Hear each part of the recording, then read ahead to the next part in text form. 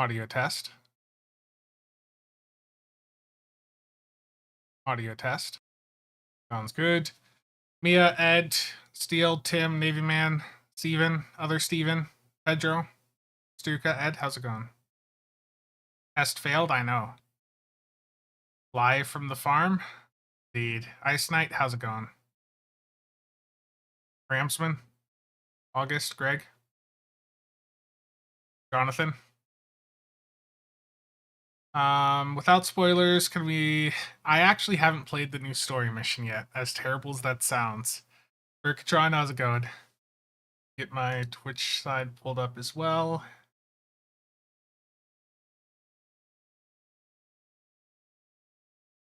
Check something here.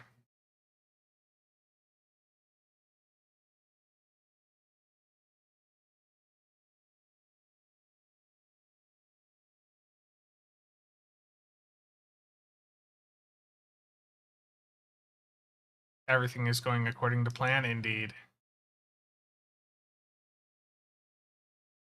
There's a new story mission? Yeah, the anniversary one. I still haven't played through it. I'm terrible about that stuff. I think one of the things that sets me apart from a lot of other players in the game is that I just generally don't engage with the story content that much. Which I know is weird.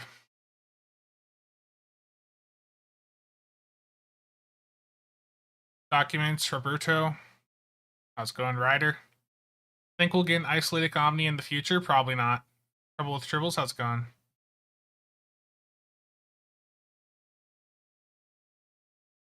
Oh yeah, yeah, that's what I've heard. Okay, let's head in game here. So let's start off here with what I have at the top.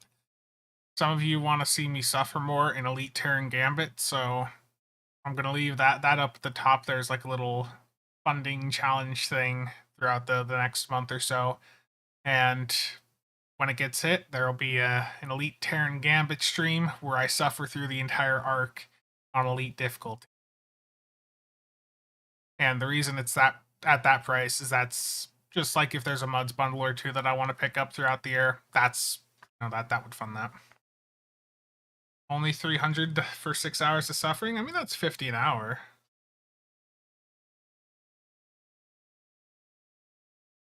Ball, going, Bridger, Theo, next gym. Pop open my restream chat here, make sure I'm not missing anyone over on. Nobody on the side yet.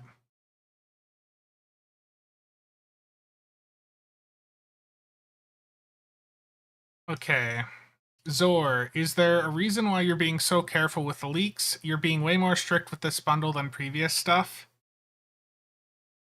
I don't want to give any ammunition for them to take action against me. That's why I've been, very restrictive with what I've said. Let's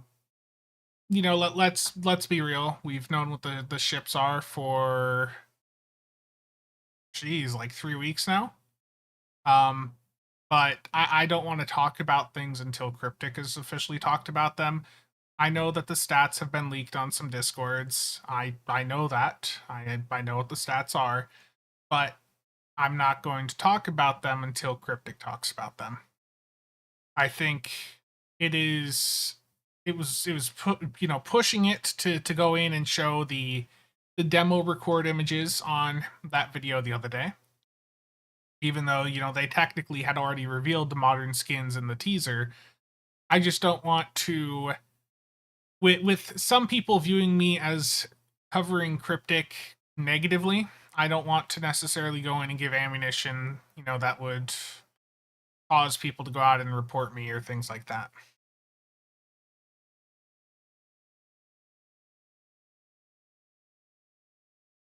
Gotta pay for that carrier bundle. I'm still salty about that. You guys will see why next week. You guys will see why. You'll see why I was like suddenly so negative or like so sad about picking up the carrier bundle. The leak section in the builds Discord. Whenever someone asks me for leaks, I usually just point them towards a news channel that has all the like Arc Games or Play Star Trek Online links. Let's see, Jay, Dark Ghost, Rob, Axel, how's it going? They actually closed out that position for the community manager. I got a rejection email along with everyone else that I knew that applied. It looks the impression that I have is I think they've hired internally. If you look at the website, you'll see a lot of the recent blog posts are increasingly more and more by Pharaoh.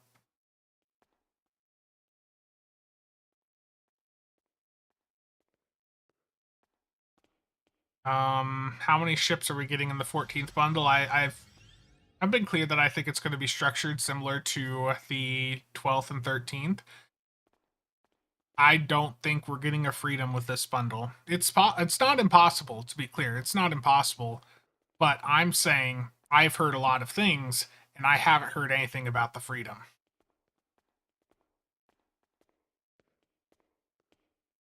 What is the current disruptor meta? Been looking for what builds are top of the line and haven't found much. It's basically just spiral wave disruptors. Like if you're using disruptors, you go with spiral waves. Spiral wave disruptors are legitimately really, really good. They have an extra modifier over other weapon types.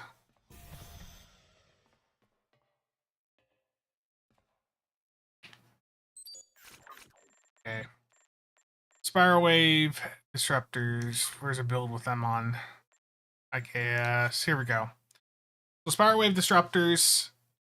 The spiral modifier on these is actually 2 damage mods plus a proc mod. So you're getting the phaser proc on the weapons, which doesn't matter, but you're getting that extra damage mod, meaning that these are crit D damage, damage times 5 proc. So they're getting an extra modifier versus other weapons. So you use the Terran rep, disruptor, beam, or dual heavy cannon, depending on your setup, and then the rest of them are spiral waves. Yeah. So like if I look at my board askew here, you can see, Terran.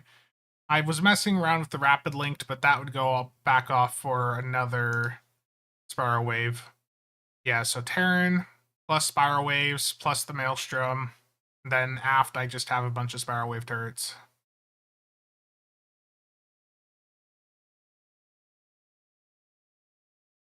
Hopefully we get a nice science ship in this bundle.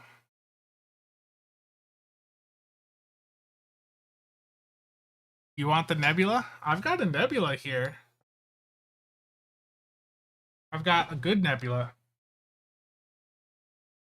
This just arrived recently.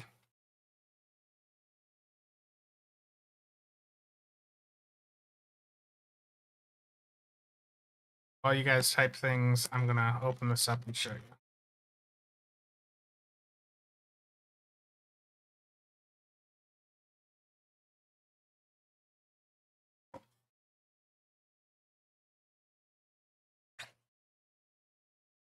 Yeah, that styrofoam in there sounds great. Here you go. For all the Nebula fans here, this thing's big. It's also quite heavy compared to a lot of the other models.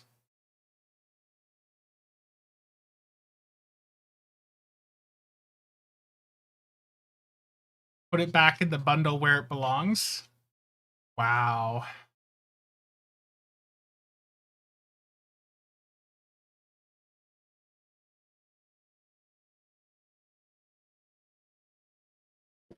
And if you want your own Nebula, Master Replicas has some of these still available at the XL size.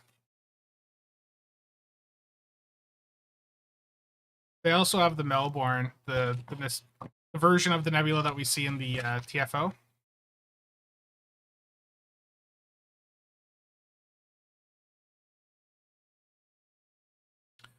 Do I have a Sovereign model? I do, but it's buried under the pile of boxes behind me. Valerie, how's it going? Okay, so I missed a couple things here in chat. Let me bring this over. this.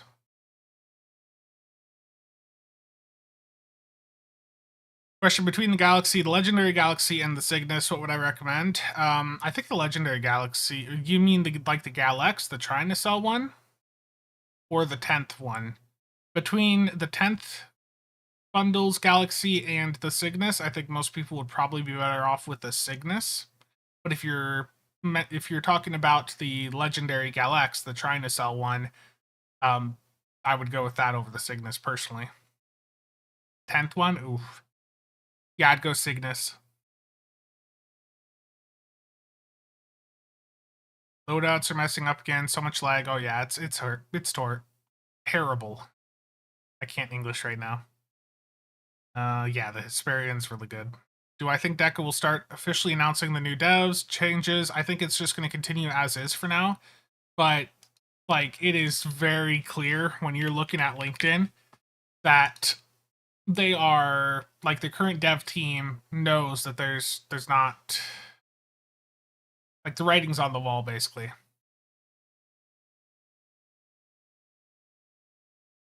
Like, I was looking at LinkedIn again last night, and you could see like Thomas going in and tagging a bunch of people still, like, trying to get them, positions elsewhere. English is hard, it really is. Howdy, folks. What plasma weapons are good to use? I like to use the Viridians, but it really doesn't matter. All of them have basically a 2.5% proc, which means that it doesn't really matter.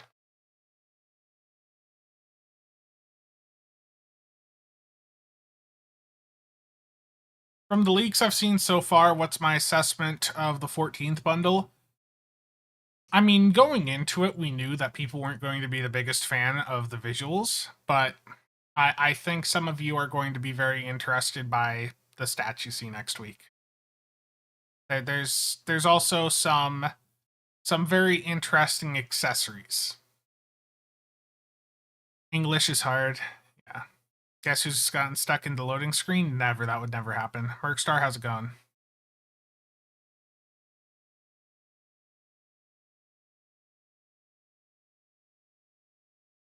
Yeah.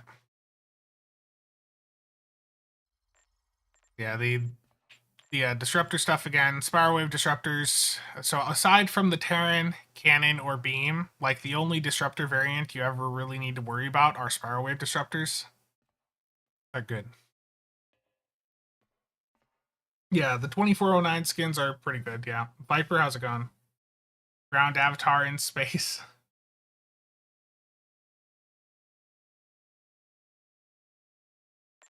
Yeah, we tried to do some stuff last night, but the game is just not very cooperative. Servers are horrendously bad.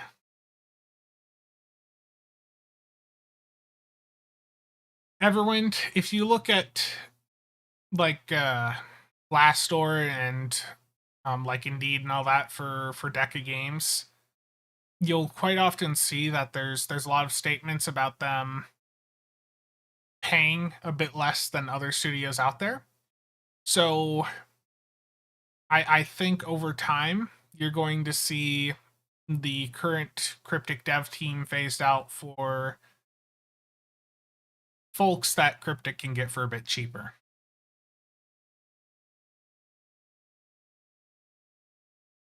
Nick didn't like the suggestion to make grab kills a required daily progress in a future event. Terrible. Picked up a T6 gift coupon for EC yesterday, ready for the anniversary. Yeah, there's going to be some interesting toys in there. And I do have the stream scheduled for tomorrow, or for Thursday. I like the thumbnail here for it. What I'll say too is the ship to keep an eye on. This one right here. Keep an eye on it. I got a really good shot of the nebula yesterday, and I was like, what would this look like if I did a like, what would it look like for a video thumbnail? To be clear, Cryptic has not said anything about a legendary nebula, and I haven't heard any leaks or anything like that. But I was just curious, what would this look like for a thumbnail?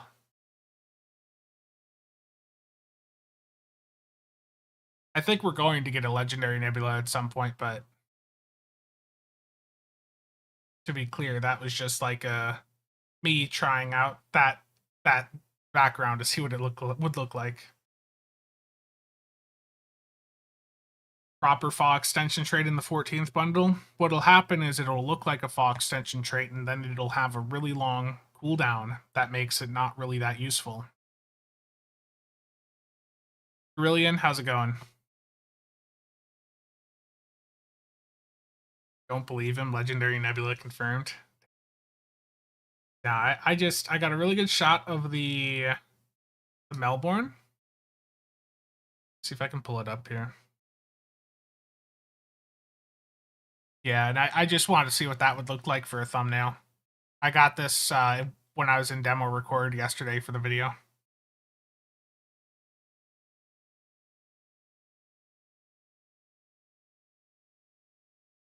Yeah, to be clear, there is no legendary nebula. Hopefully at some point, but I just wanted to see what it would look like for a thumbnail.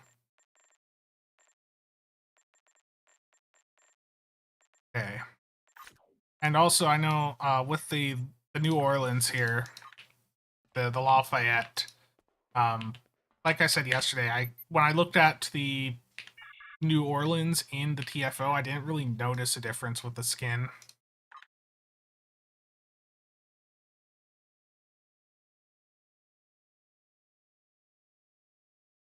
Off to chase furry bastards on New Ron. Carlos, how's it going?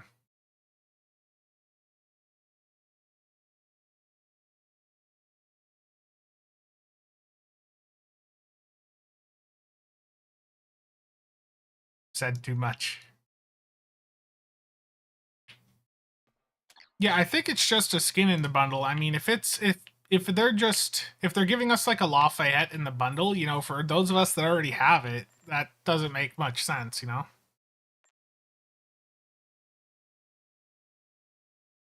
No idea, Dan. No idea. Let's see, where's the Connie 3 at?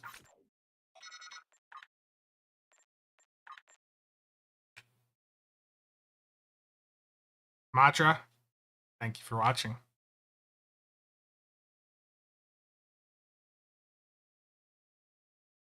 Do anniversary bundles always come with costumes for the tailor? Do you predict we will get the Mirror Borg armor or something Borg related? Yeah, absolutely. There's been some bundle exclusive skins for the past couple of anniversary bundles.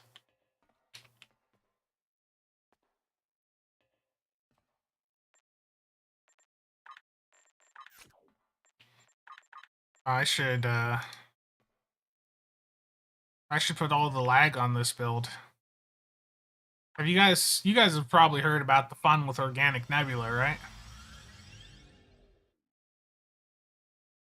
Suspiciously making the Connie 3 ready. Well, for those of you that are fans of getting the physical ship models, Fanhome now has the Star Trek license, and they're going to be making the Connie 3, the Sagan command cruiser.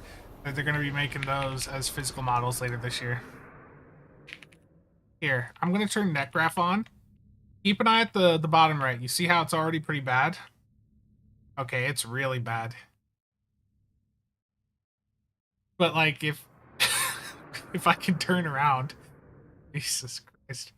Okay. If I can turn around at some point. Yeah, let's do all the Organic Nebula. That's been really fun for the server performance. I hear that the game really likes it when you go in next to a bunch of players and hit this ability. I'm in the timeline loop episode from TNG. Oh hell yeah! Yeah, this is a very playable experience. Maybe Deco will start to take take some action on this. It is always worse when the Omega minigame is up, but still servers always just sort of suck. It's so bad. Let's make it worse.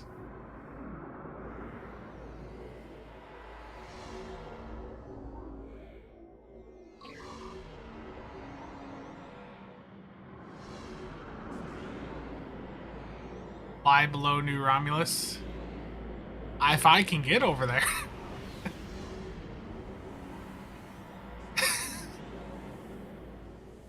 I can get over there. S-Trek, how's it going?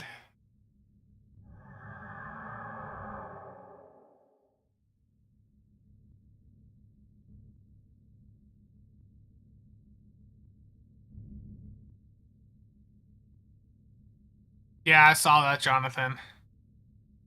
I actually was going to do a members only video. I bought all of the last gen Bridge Officer manual boxes off the exchange the other day.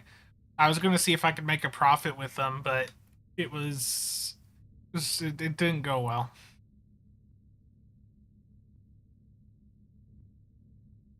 Jose, how's it going? I don't know the answer to that. Yeah, absolutely, boss. And the fact that they're going to be running events more now with under Deca is rough. Fly lower? You want me to fly lower just tonight? The performance is amazing.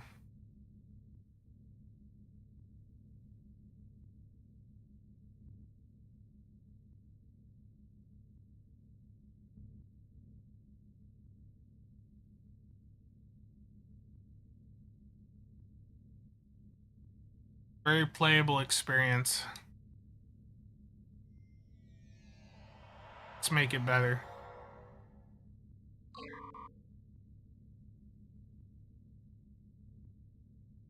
Yeah, let's see. Can I get back to that actually activated quickly at least? Maybe it's AOL, yeah. I do need to get the Universal done. I'm gonna do that quick. But if you guys are hoping to do a bunch of TFOs today, I don't think the servers are really gonna be there for that. Like, the server performance is bad. Find a green tribble. Oh. Were you down there, like, looking funny distant night? I gotta have my Kellet out. I'm sorry, I forgot, guys. Probably. I'm curious to see how it changes the schedule of things.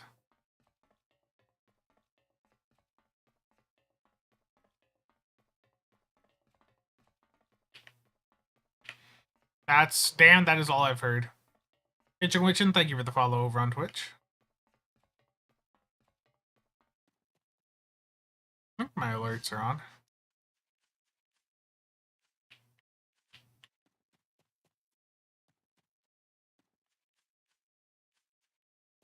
Pedro. Robert, how's it going?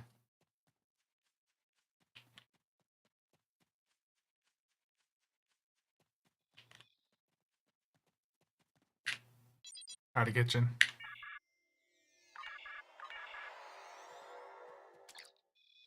If you've got the cat thing, it's really handy for this. Get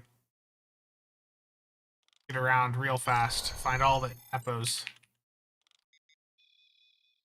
Yeah, there's a plugin that I'm using so I can have different bit rates too. So I think I've got like 6 meg going out to Twitch, and then the YouTube side, I don't remember what I have it at.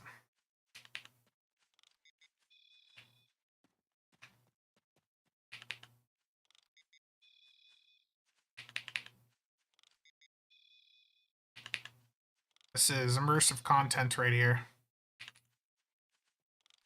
This is the Universal Endeavor.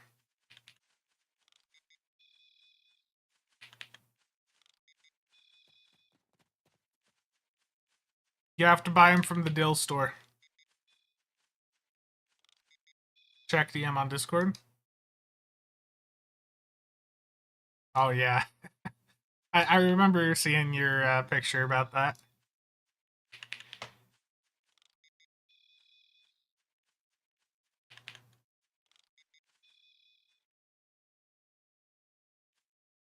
Just tag one and let the timer run out.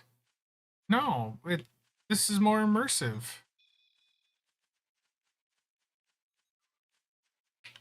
Gotta tag them all.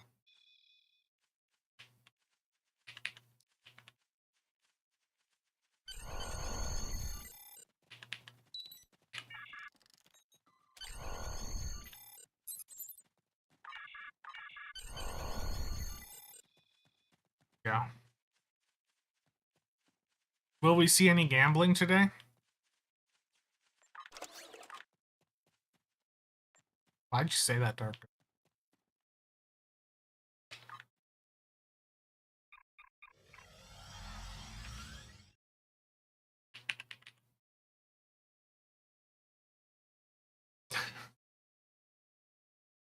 Epos? Yeah. Banned from New Romulus. Yeah, the space maps are so bad.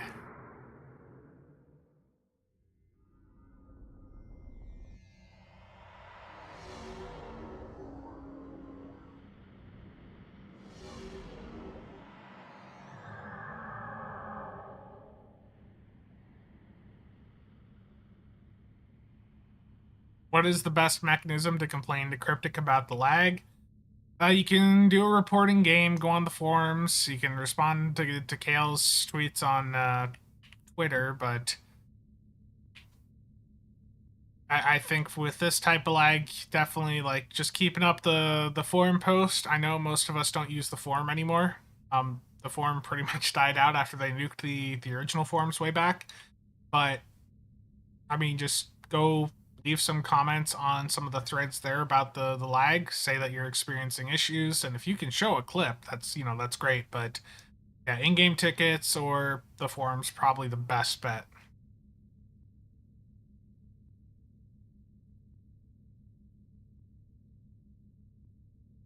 But yeah, this every Saturday has basically been unplayable now for the past 3 weeks, which is just frustrating.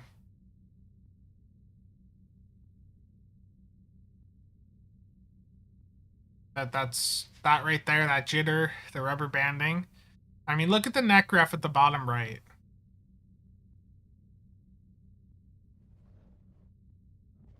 Michael, how are the Connie 3 phasers? The Connie 3 phasers are, like, if you're doing a phaser beam ray build, the Connie 3 phasers are going to be a meta pick. They have an increased base damage.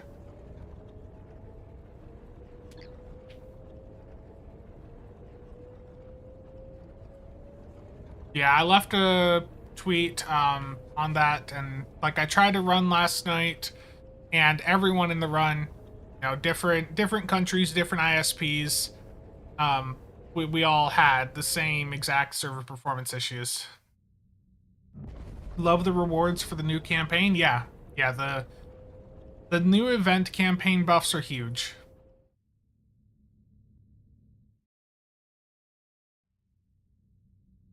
Meta compliant sovereign. Worf's Intel battlecruiser command. Yeah, I wish, Navy man. I wish. Yeah, the event campaign buffs are enormous. What I'm curious then too is have they changed the ship box at all? Is it still got the same limitations as before, where it's only ships from prior years, or did they remove those restrictions as well? Yeah, the Connie 3 phasers, um, these have increased space damage versus your traditional phasers. But the trade off is they have a smaller firing arc. Yeah. Yeah. Kitchen Witch and I agree. It's probably still going to have the same limitations, but with Deca stepping in, I don't know what all they are looking to do here, how much they're shaking things up there.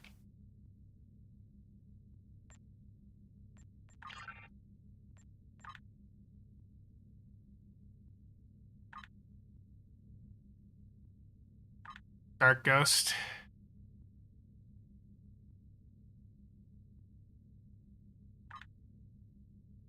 Dark Ghost, you want some gambling?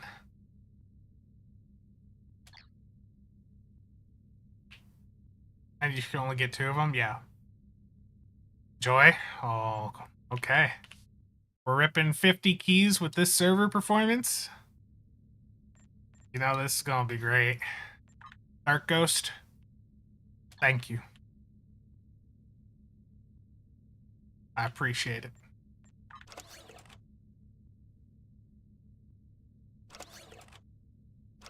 Look at the delay and stuff moving in my inventory.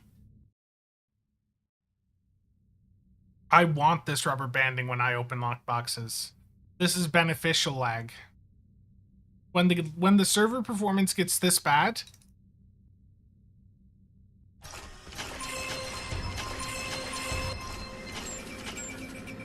look at how bad it is.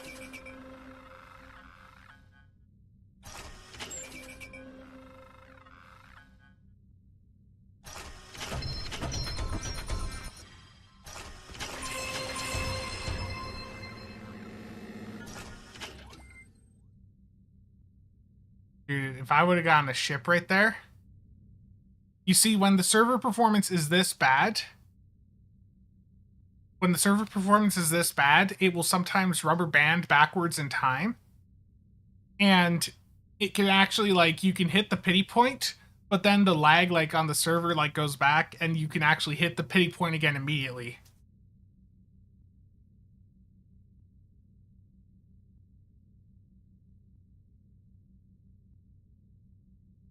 So this type of lag, I'm just hypothetically, great time for opening locked boxes.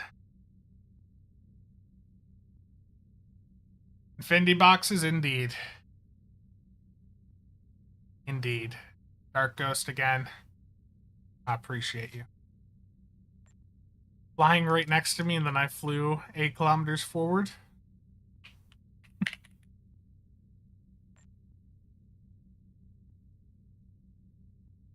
Prodigy, but got no ship. Yeah, this is atrociously bad. This lag is rough. Okay, let's see how an infected goes. Oh, there's a new version of CLA up on the builds Discord.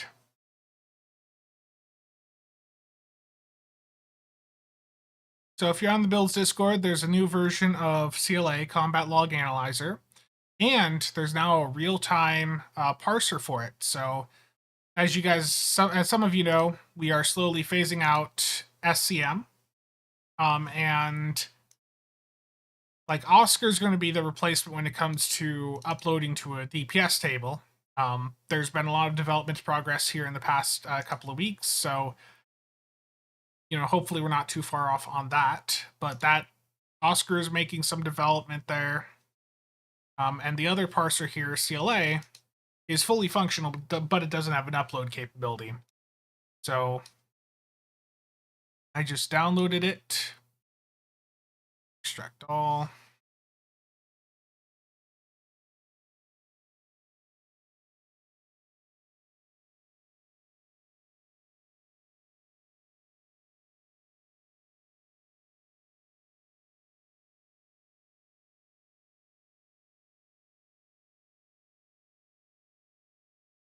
That separation going to take down to 30.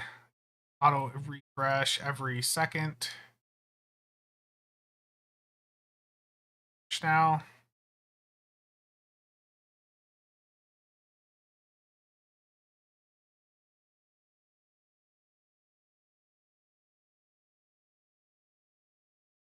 So here's the overlay. Okay. And you can customize this to also, right on the overlay, have kills, your hits in percent. So that's hits and not, is that no, that'd basically be attacks in, yeah. Damage in. So if you're a tank, this is really cool, and you can have it live update to show you what your max 1 hit is throughout the run. I hope I'm not blocking this with anything, am I?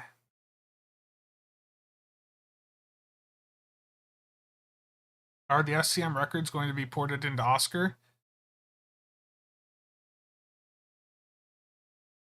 I don't know yet, Valerie. I think that was initially something we were looking at, but we'll have to wait and see. Yeah, look at the CLA overlay here. Again, you can pick CLA up over on the builds Discord, but you can customize the overlay even to have like your hits in, the number of kills each person has in there. Again, the max one. Like this will automatically just, update every second. So that's a really nice overlay capability there. And the nice thing too with this is that there is a full dark mode with CLA. If you're a weird person, you also have a light mode. You got light dark, and then you've got full on dark mode, which I love. And of course you can scale it up here, so if you want UI a bit bigger. What's Dino One? How's it going, man?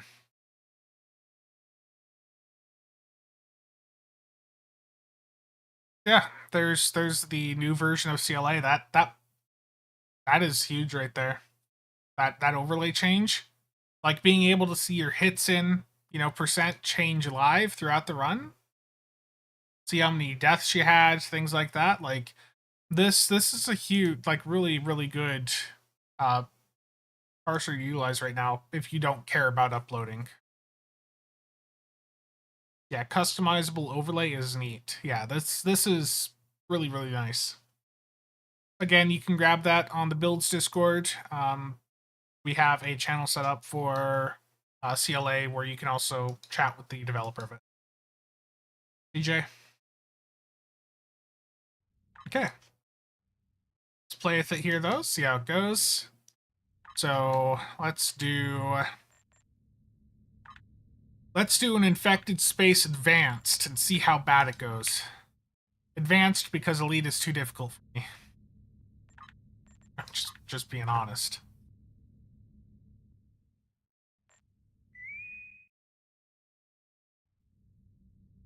What ship do I think would be the best carrier / tank? I mean, if you're looking for a carrier tank hybrid, the Voth Rampart, the Friendship, and maybe just wait a week, and maybe the opinions there will change. Dan, yeah, CLA Combat Log Analyzer, very good. What the hell is happening here?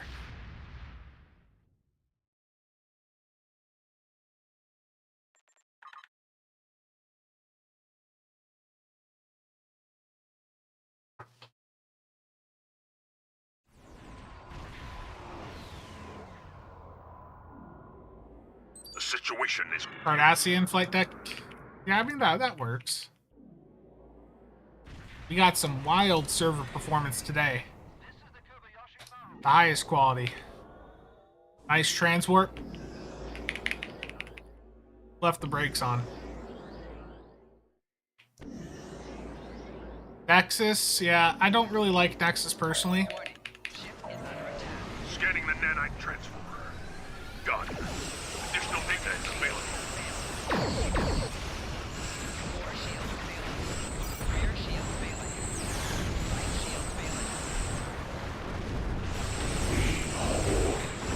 The nanite probe can repair the transformer. Drop that. This hasn't been too bad performance-wise. I mean, I'm flying it like garbage, but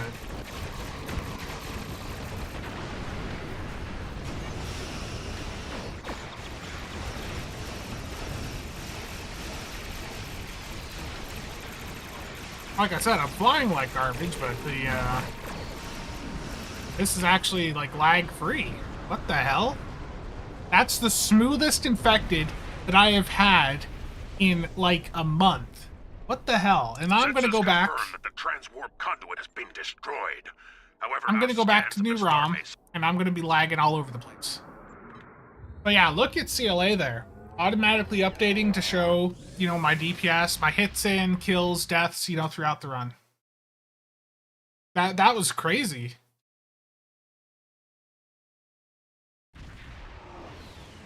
probably just your ISP, though.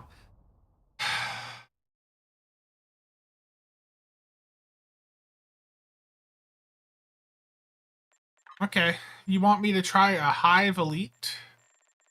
We can do. Let's do public queue Hive Elite. Let's see how it goes. Instance 1 of New ROM is bad. Instance 2 is fine. Distant Night, terrible. It's always unplayable when the player base comes back. Yeah, they don't. I don't think they allocate enough to the instance servers. You can also dock the overlay in place so that you do not accidentally click on it and lose focus. Oh, did I miss that?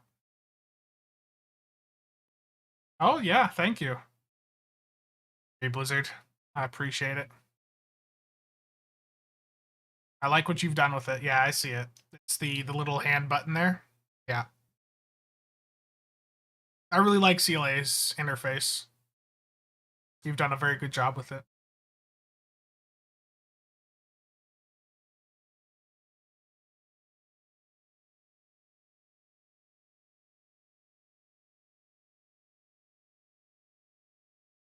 Feel honest? Hope my day is going good. Yeah. Yeah.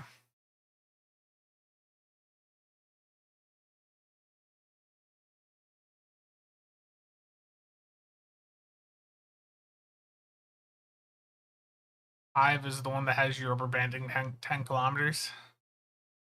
Show us the Connie 3 build. It's just a basic FAW build. It's posted on the Discord under Spencer's builds.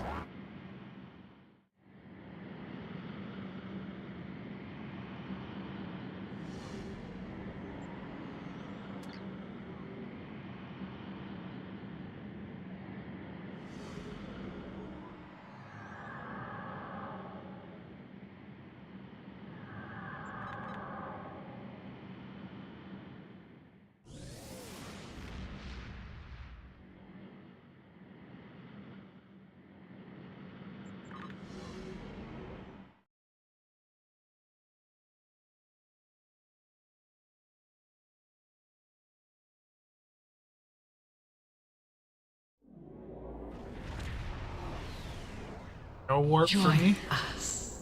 Become one with us.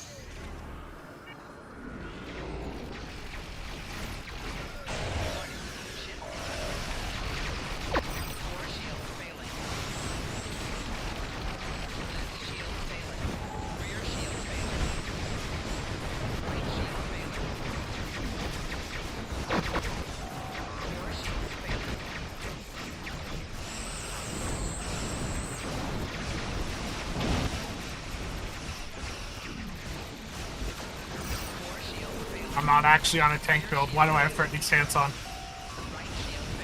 I'm so dead. I have no one to blame but myself.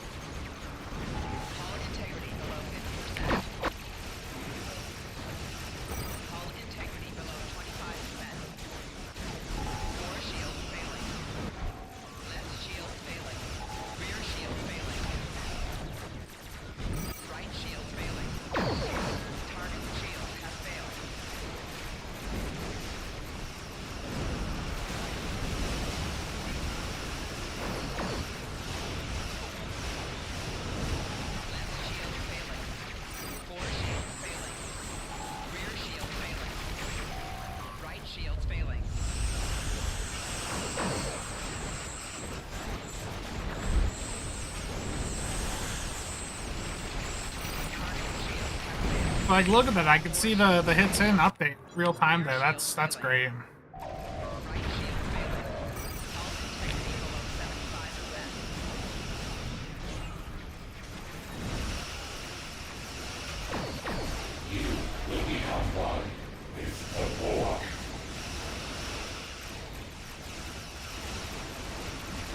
I don't remember if I even hit that this run.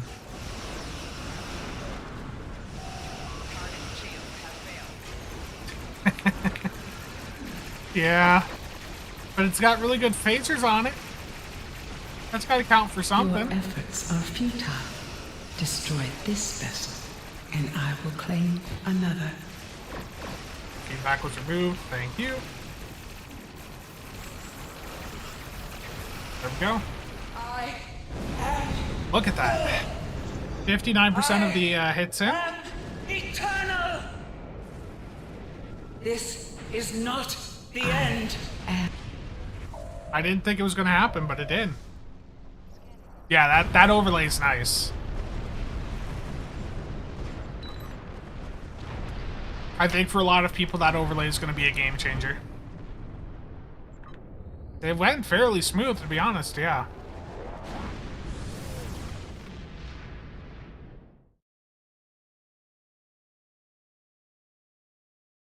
Yeah, I think if I'm in any map that isn't new ROM, instance 1, I'll probably be fine. I'm in instance 2 now. Good, good.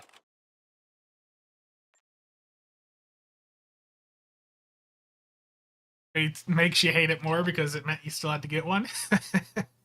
Yeah, whoever got rid of that sub-nuke there, much appreciated. I want to play some of my science characters more, but at the same time, because of how the monetization approach is, like, I already have a lot of premium ships, like on Casual, SOB, and some of my other characters. And it's just like the thought of going in and rebuying a lot of those premium ships to gear up my science character or an engineer if I ever wanted. It's such a deterring factor. I wish there was a better way to get my ships on account-wide unlock. Imagine if Deca would unrestrict the Connie 3 phasers. Terrible. Like that. Oh yeah, I was going to show the build. So it's basic just FAW. Not much survivability here. I do need to get another phaser isomag to replace the reinforced armaments here. This 2-piece does not outweigh the buff from another isomag in my calculations.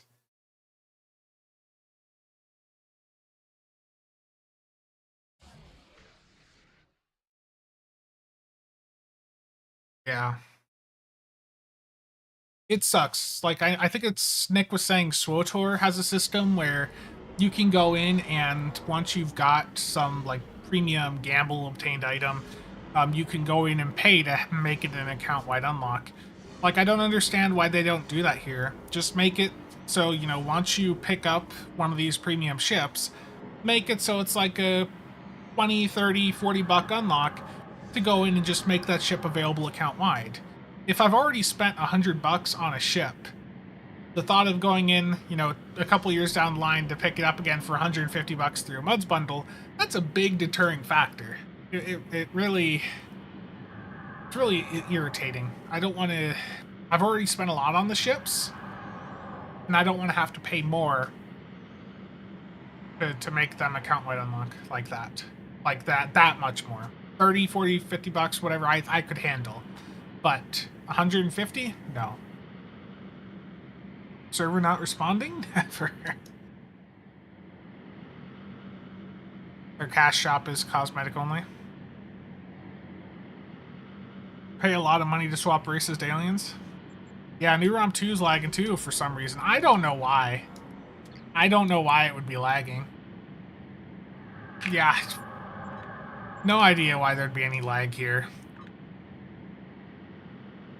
You look at Organic Nebula, and with it seemingly being a cause of lag, you gotta wonder, like, how did that make it through to live? Look how long I've had my window closed for like a minute, and look how long it took for that to go through. But like, you hitting all those is causing me to SNR. Distant Night. Petrus, the Melbourne variant of the Nebula, those smaller nacelles look like they're attached to a detachable vessel. So it's like a... The theory is that with the Melbourne, those two nacelles and the little ship attached there would be able to detach, like you see with, like the Aquarius on the Audi. Yeah, I mean, it just... I think some of them internally probably are a bit frustrated with the lockbox approach to things, and I feel like sometimes they may not... The lockbox stuff doesn't get as much attention because of that.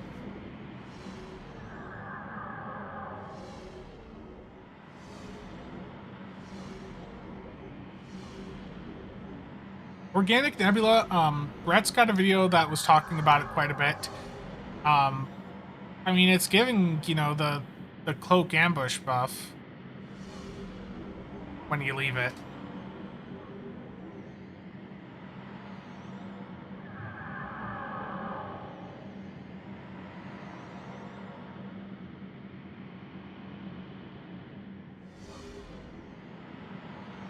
Yeah. Well, if you look at it in the map, let me pull it up here quick. Doesn't surprise me that there's some other bugs with like the Dauntless 2 or whatever there. The Dauntless 2 just did not impress me. That's why I never got one.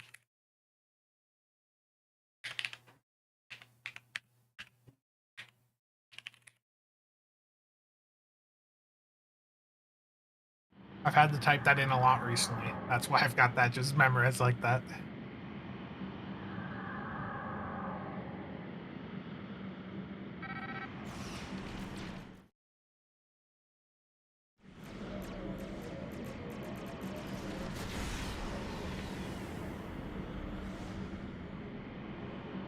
Where's that damn Melbourne? Went too early, but yeah, this is the Melbourne. Maybe with a few issues, but yeah, this ship here, you can see it's set up so it's like detachable. You can even see it's like hooked in here. There's the latch to keep it in place.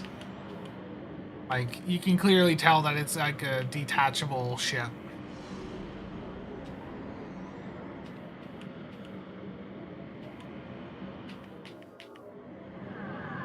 You can see there's a gap there. Like, it's just docked to the top of the Melbourne.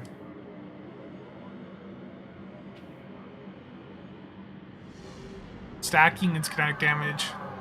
Of course. Gathy, thank you for the 10 bucks. Much appreciated. Hope Willow's doing fine.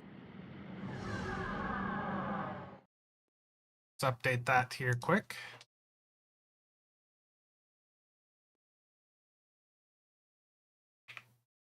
$10 for the suffering stream.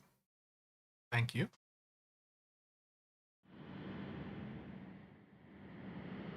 Yeah, Steven, for the past couple of years, there's been issues, or ever since they did the bridge officer, the elite bridge officer tokens, there's been a bug in that your bridge officer is getting access to their racial traits. So, like a Reman gets access to Infiltrator, a Romulan on a Romulan captain, like a proper Romulan bridge officer will get Romulan operative on top of superior Romulan operative.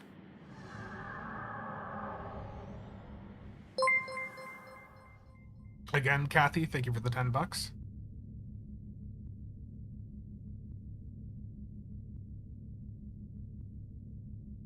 That's true, Michael. I would not be surprised if there's another Wolf 359 bundle released throughout the year. You know, look back to prior years. You know, we had the 12th, which was Terran themed, and then we had, what was it? Gotta find it. The bundle that had the bundle that had like the Bozeman, the Federation Responder. They released that later in the year, but then there was the Terran skins available for it when you bought the bundle. So I would not be surprised if we see them do a similar approach later this year with like the Freedom, the Melbourne, and a couple of the other Wolf 359 ships, where they do have like some skin unlocks associated with them that relate them to the Wolf 359 stuff. Trouble with dribbles? Thank you. We get that updated.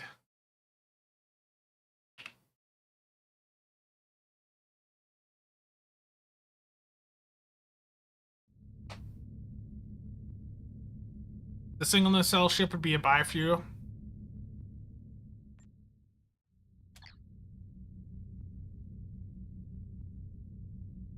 Yeah, 1701, I agree. When I reported the issue with the racial traits stacking, they were able to fix it, but then it popped up the next patch. They fixed it, it popped up again, and it was back and forth. And eventually it got to the point where I was told this has happened enough that it may as well be a feature at this point. Here we are, a year and a half later.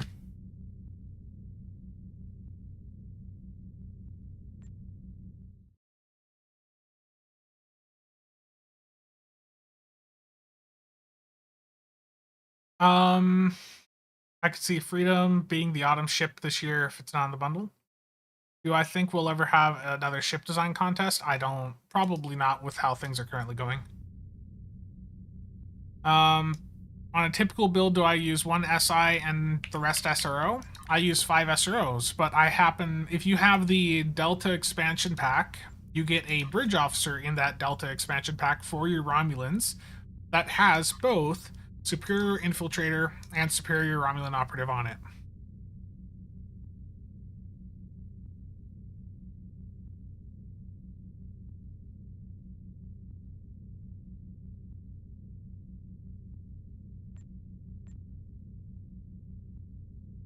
But yeah, if you don't have that,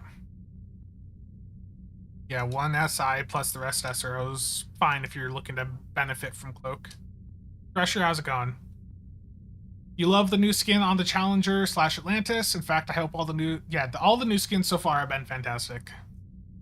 Freakboy Gaming, thank you for the follow. For non-Romulan, are Watchers still the best? Depends on where your crit chance and severity are at. But yeah, it's basically Watchers or the ROM SROs. Technically, there is one other option. If you have the Gamma expansion pack, there is the Vanguard Gemidars in there. And I think there's like 2 of them that are worth it. Ice Knight, thank you for the 20. Much appreciated.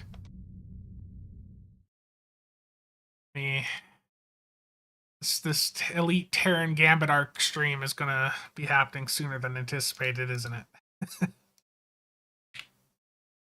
Again, Ice Knight, thank you.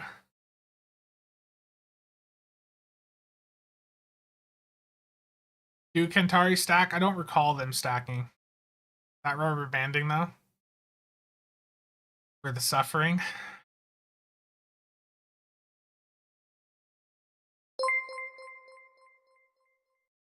Again, Ice Knight, thank you.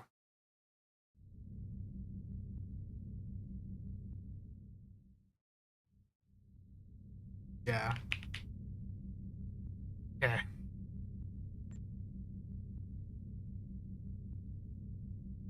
Why are green Remans worth so much more than the rare ones?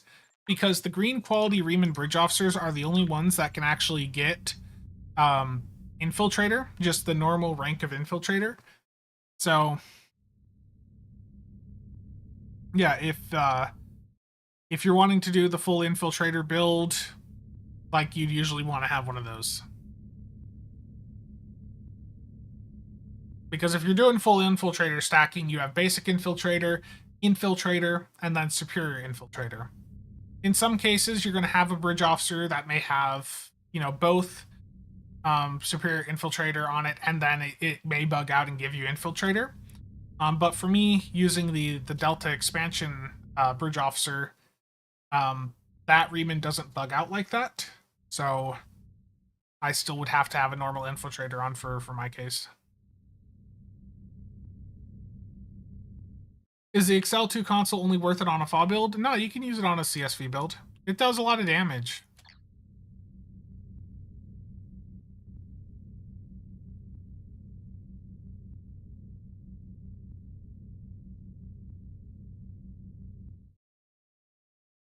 They stack, Michi.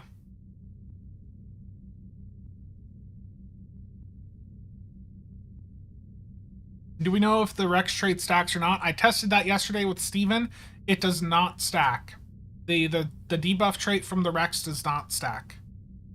So only one person in the run needs to have it on. I'm going to be doing a review here.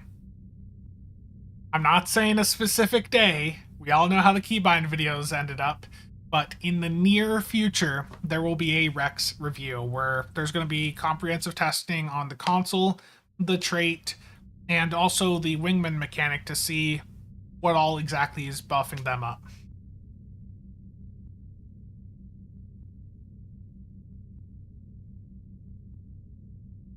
But yeah, the reason to run a normal infiltrator alongside the superior Michi is because you can extend your cloak ambush even more. You can actually extend your cloak ambush on a Romulan faction captain up to 27.5 seconds. Terrible cables. No, I did PowerPoint for the very first part of it.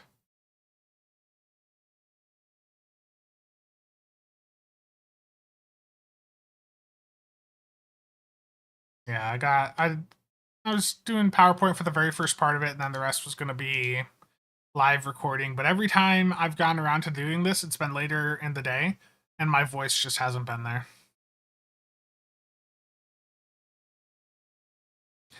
Chell, you know as well as I that the numbers on those look too damn good. We're going to get them next week. They're not going to be as good as we all think they are. Terrible. They're going to have been pre-nerfed, or if they haven't been pre-nerfed, after people have a reaction, they'll get nerfed.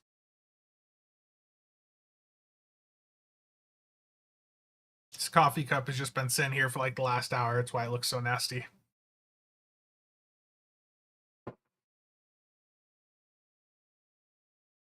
When will we know stats of the new ships?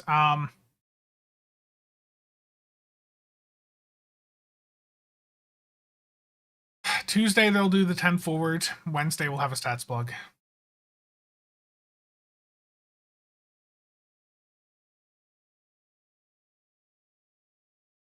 More cross-faction infiltrators remans. Yeah, that they should have put some of those in the embassy when they did the update.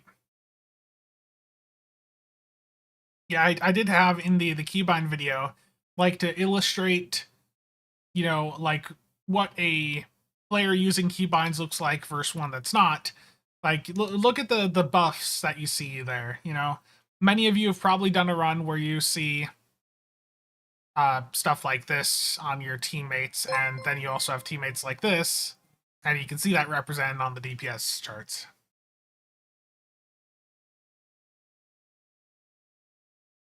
The premium ship will be revealed on Monday, and it's most likely going to be the Parliament unless they've listened to the feedback.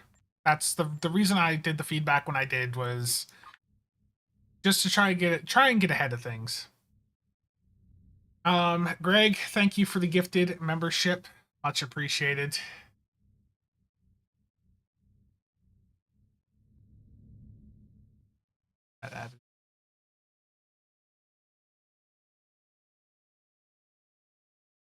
I mean, like I said, I wouldn't mind having the Parliament on account wide unlock. It's just that that ship isn't appealing. Like, if I'm looking at a list of Miracle Worker cruisers, if you did a tier list of Miracle Worker cruisers, that one's like near the bottom. And virtually actually, I think every C-Store Miracle Worker cruiser would be above it.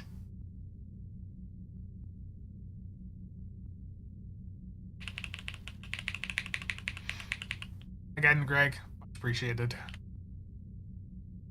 Even the Tucker. Yeah, let's pop up the comparison. Sortable.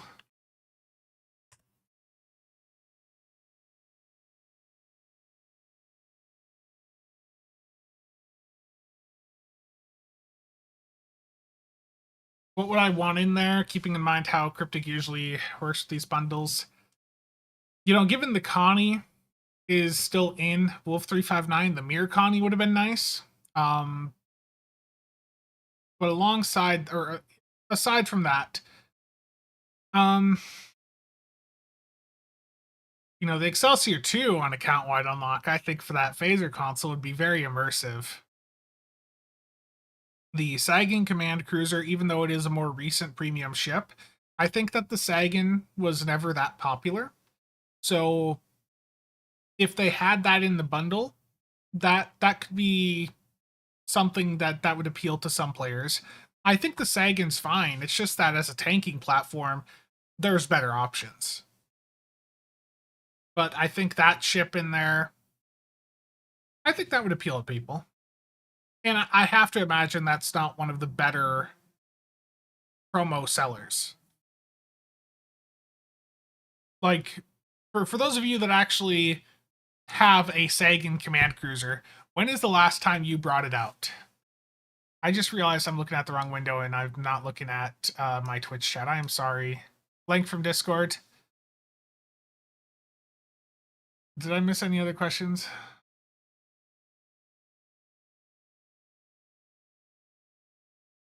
Oh, my coffee, yes. Das Olsey, thank you for the follow over on Twitch. Link from Discord. How long do the anniversary bundle sales usually run for? It'll be a 25% sale the first 2 weeks. And then afterwards, with future bundle sales, it'll be 35%.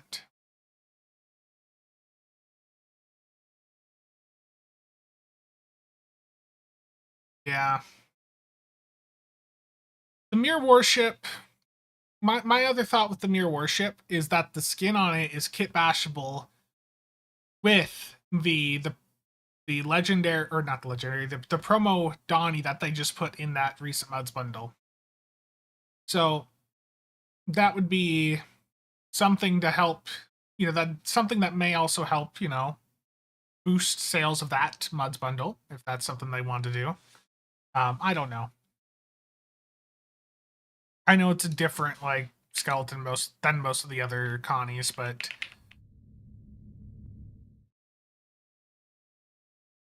yeah, it'd be better to wait for a 35% sale. Absolutely. It would be nice though. But if we're looking for just specifically a TNG era ship, I mean, if they're doing the Parliament, the California is not that far off, but that doesn't really that runs into the same issues of not having much connection. The Da Vinci is better than the Parliament. Oh yeah, I was gonna pull up the sortable filterable ship list here. Okay, version 8 10 4.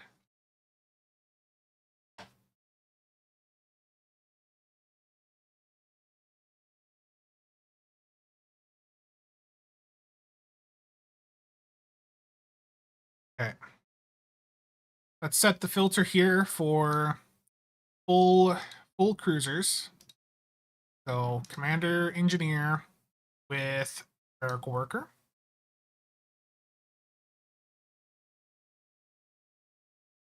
Okay. I'm just saying, like, if they're doing already the lower decks theme, like the California, like it's not that great of a ship either, but that would at least have the theme appeal. I think the Parliament's a given. The World Razor, I think it's too new. I think it's still too popular. The World Razor is one of the best ships that they released last year. It is an incredibly capable platform. I used it heavily the first couple months that it was out. It really is an amazing DPS platform. The only reason I moved away from it is because the lack of an experimental weapon. And I really like having that experimental weapon for the plasma stuff. Okay. So let's have this sorted by number of tax seats. Okay. So the California can have a lieutenant commander tack here. The Lexington, like all these others, you can see they have lieutenant commander tacks available to them. And literally the only Miracle Worker cruiser in the entire game that cannot get a lieutenant commander tactical is the Parliament.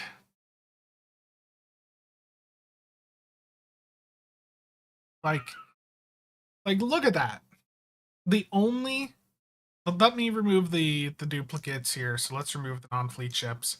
But when you look at this, every single Miracle Worker cruiser that we have in the game is better than the Parliament. Like the Parliament is like the bottom of this list when it comes to the amount of available tactical seating.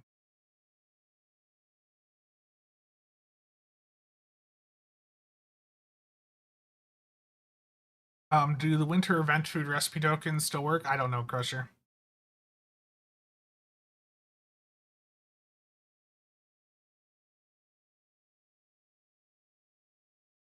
Yeah, I mean, if they're doing the Parliament, I think the California, like, I think that if they're moving the Parliament in, I think they could find a way to justify the California in there as well. Um, I don't think the California is that great of a ship either, but if there's both of those lower decks offerings in the bundle, I think that could be it could get some interest from some parts of the player base.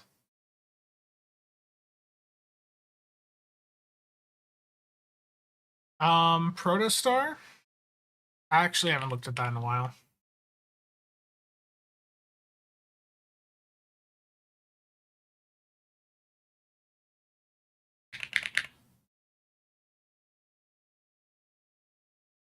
Yeah, you do this as Dusai. Yeah, temp America worker like that, that'd be a Dusai build. Yeah, if you did beam overload, um, I mean, I think you'd still want to have like a Gravwell 3 on there. But you could still do like a recursive 1. The Texas was not at 12359. I mean, I'd love to have the Texas on account wide unlock because the trait or the console off that is a UD proc.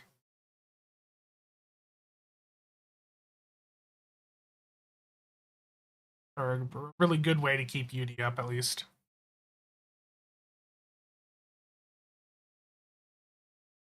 But yeah, I think the Protostar, you go do Psy with it. I would personally go cannons, CSV, get a Gravwell 3 on there, slam some temporal stuff on.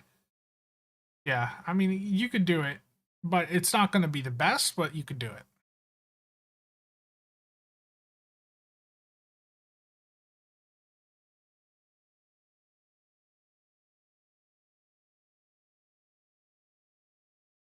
I don't know if anyone's got a Protostar build posted to the builds Discord. How can I tell what faction, Fed, or KDF a player here is? So doesn't it say it here? It doesn't tell you if someone is diplomatic rank would probably do it, right?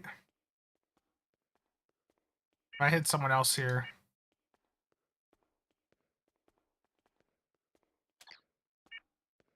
Saturn 44 wants to know how you can tell, what faction someone's aligned to. No one here do doffing? Cachet. Isn't the diplomatic ranks different for each? I don't even have a diplomatic rank, okay. Uh,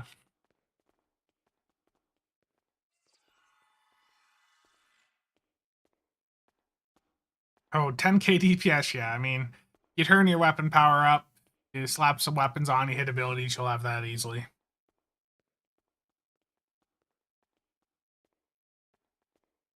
Time to make me suffer. No one does doffing? Terrible. Doffing is amazing. It was a lot easier when there was keybinds for it, though. But unfortunately, Cryptic nuked all the lovely keybinds, which is surely a shame. It was nice to be able to just hit numpad 7 and start up the DOF assignments. Now you have to go in, move your mouse down. Like, Cryptic did a lot of changes to keybinds year and a half, 2 years back, I think it was, that were just... It ruined a lot of quality of life it ruined the quality of life experience of doing a lot of these systems. I remember I messaged Brian, was like, y'all planning on putting these keybinds back in or something? Because the issue was they were removing a lot of the gen send message commands, and I don't know if that discussion ever went anywhere internally. E6X2 makes a good phaser fall tank. Oh yeah, if they're the same faction, you can right-click, see if you can invite them to Fight to fleet. Yeah, that's a good point.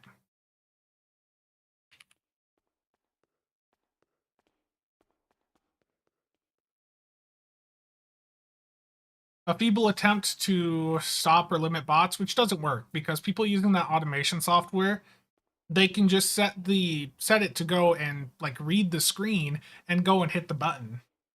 Like it is, especially as bot technology has gone better, like automation like that's fairly trivial. So at the end of the day, that's just hurting legitimate players.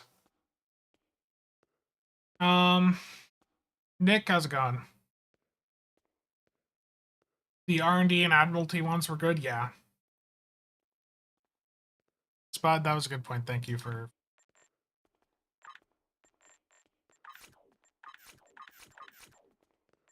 I don't even really engage with Admiralty much anymore, to be honest.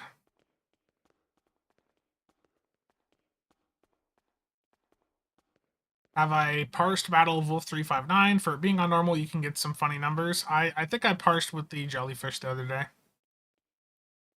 Saggy Spandex, how's it going? I need to harvest materials in space, so let me get that done quick.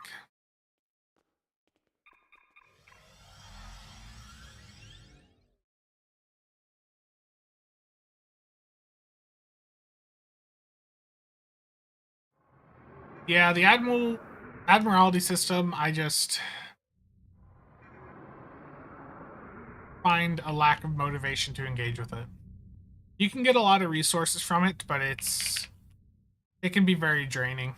Look at this, just even in sector space.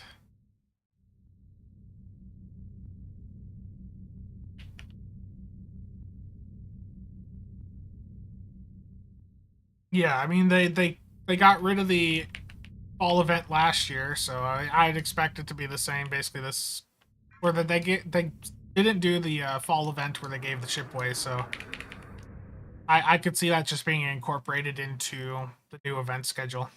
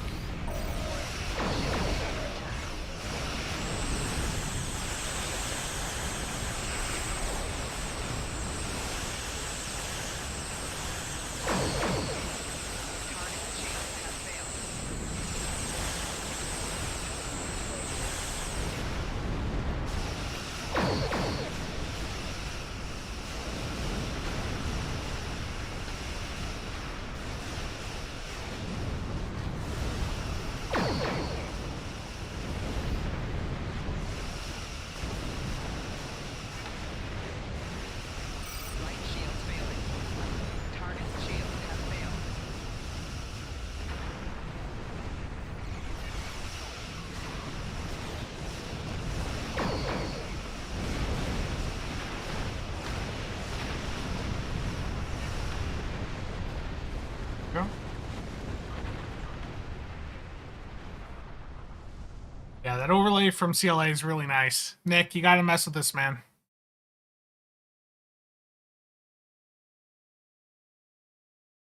It's really nice. You can customize the CLA overlay now, Nick, so you can have it display like hits in percent, kills, deaths. Like it's legitimately really good, dude.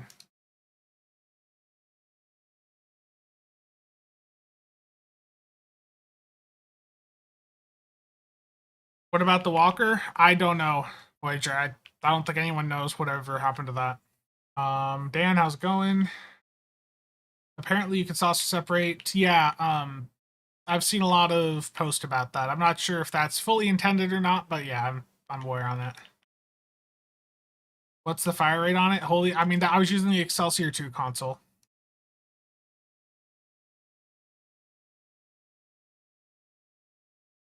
You can grab CLA. There's a quick link to it over in the builds Discord. Combat log analyzer. I'll put the direct link to the GitHub in chat here. So if you want to download CLA yourself, there is the link posted in chat. And if you want to hop in, ask questions about it, or give any feedback, there's also a channel for it on the Builds Discord under the software section.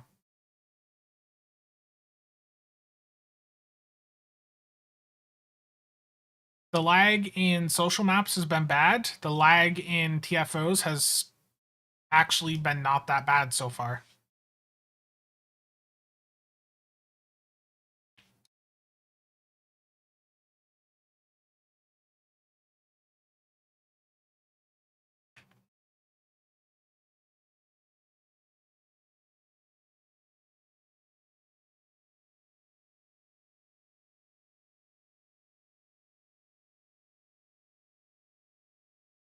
It's just a matter of spamming the spacebar. This build's like super buffed up. Lots of phaser stuff.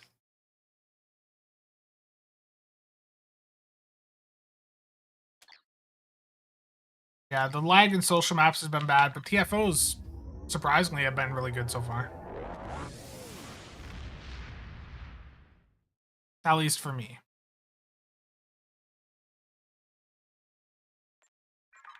I need to get another phaser isomag.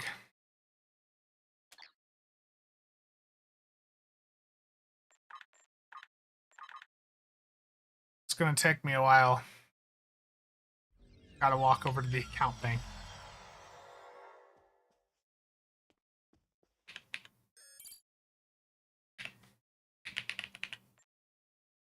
Let's take the ultra rare one. That go in my inventory? I don't know.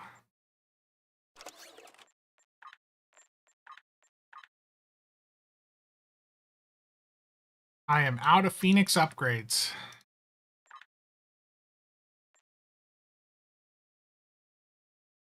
Oh, my dilithium went through that I'd posted yeah. So I sold. So I posted some dilithium up on the exchange the other day. Where was it here? So on the 5th. So at about 8 p.m. on February 5th, I put up some dilithium, and today on the 10th at around 7 a.m. it went through and sold. When the next upgrade or bonus still event will be, I don't know. Yeah, so about 5 days.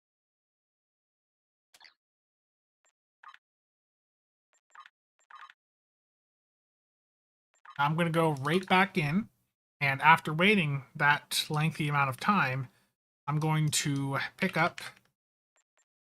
Let's see here. I want 32,000 lithium.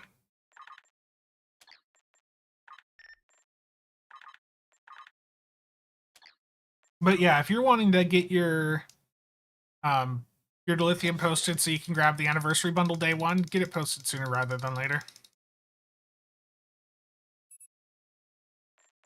The backlog is down from where it had been, but it's still not great.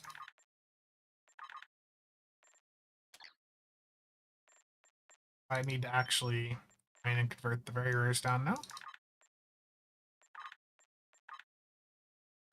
Convert these to upgrades.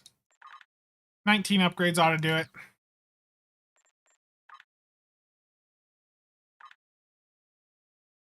Let's give this a research boost, sure. Am I gonna get a lucky 3% roll?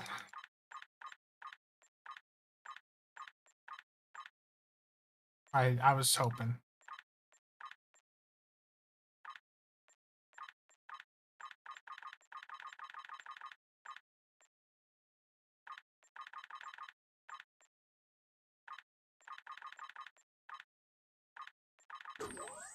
I just need the game to not make me go in and rip open another set. There we go. Okay. Oh, did I forget to grab that from the window?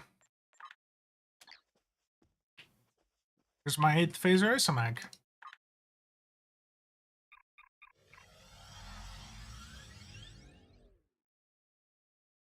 So, there will be a Zen sale most likely starting up next Thursday as well. Not confirmed, but I was going back through and for the past 2 years, alongside the start of the anniversary bundle, there was his end sale going on.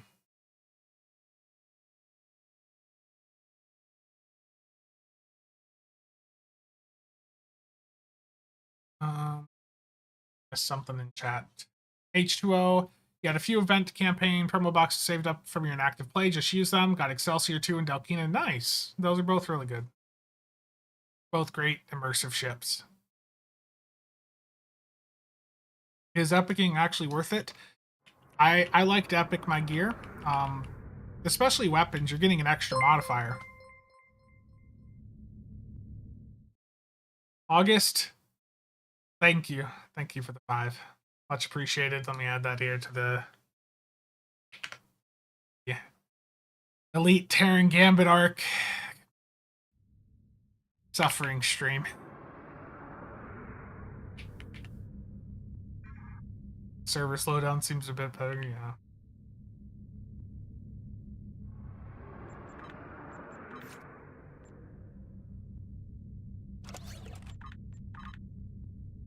There we go. And I'll put the yeah, let's do the advanced inhibiting Omni here.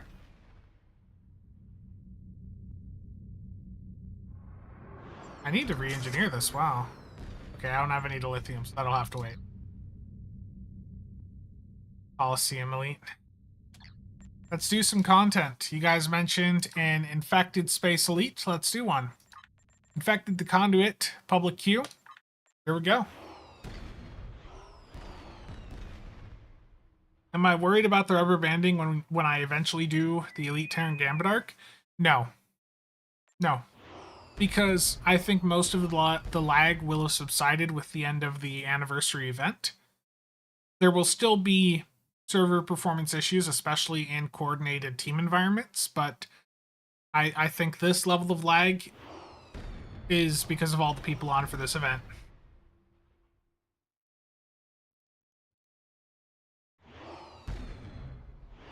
Nick, it's from Super Chats, tips, whatever.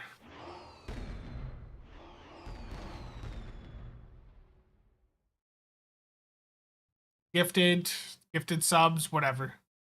Anything while that is up will make the number go up. Am I worried about the loadout bug with Terran gambling?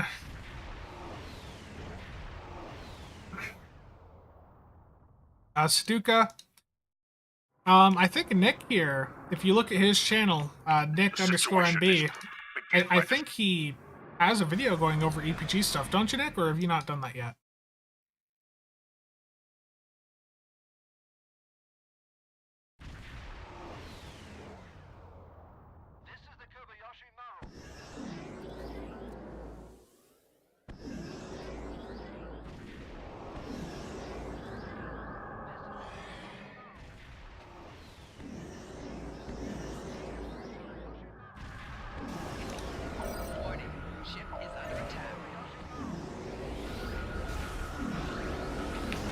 Scanning the nanite trench. Gone. Additional data. Here's the lag.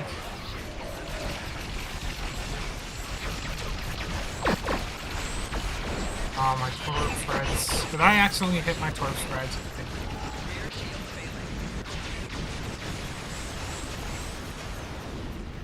Oh yeah, this is laggy now. Whoa. This is rough. Scanning the nanite trench. Gone. Additional data is available.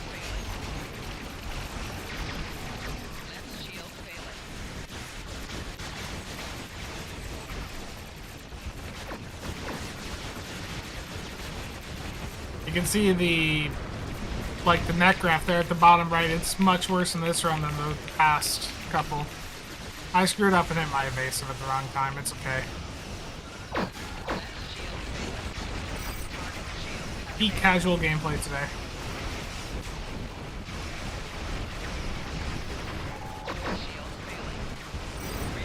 A probe is closing in on a trench. Destroy it.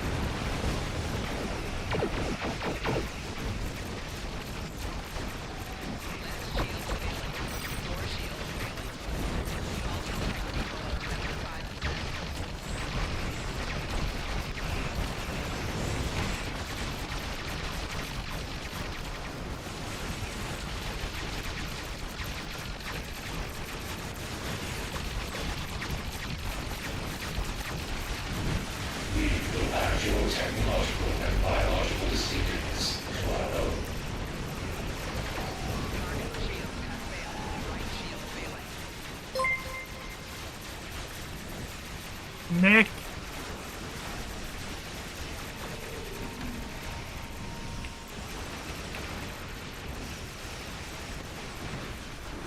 Okay, that was really bad on my part, but that was laggier than the other than the advanced and the elite that we did before. Nick. Oh no. Oh, Nick, I appreciate it, man. H2O, thank you for the sub. Nick, thank you for the 100 Australian. Radiolytic phasers worth buying. They're just slightly ahead. Blank, I'm sorry. I keep putting the wrong window up and I'm looking at almost. I was looking at just the chat there for a few minutes. Okay, Nick.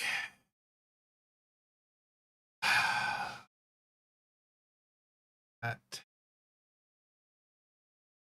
65, so again, Nick, thank you for the 100 Australian. Much appreciated, man.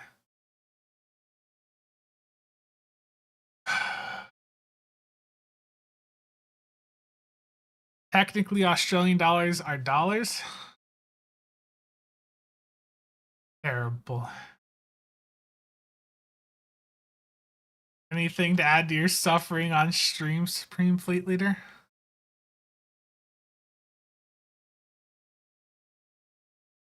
Okay, so Stuka, with regards to EPG stuff, I think Nick here has...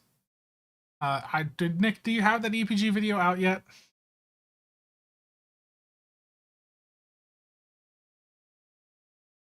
Nick is such a whale. Okay, so Nick's working on a video for EPG stuff, but the big one, you know, of course, is going to be the Somerville. And I'd say keep an eye on Nick's channel. He's going to be dropping a video that goes over that stuff a bit more. He does EPG a bit more than I do, so they can help you out a bit more there. So make sure to go subscribe to Nick's channel. Let me drop that link in chat here.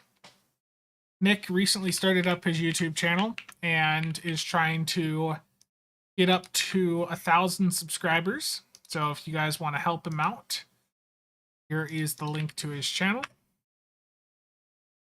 He's got a few videos there, and he does have some controversial content, so just be warned. If you look right here, look at that top video there. Look at all these Nidarians. He's even got the ultimate lazy boat build.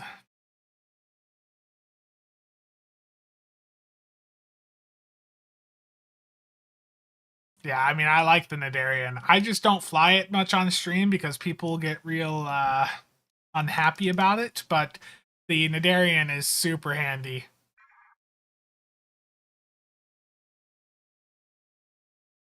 Jelly is life. Grow it to 1,000. Mac, you watched it?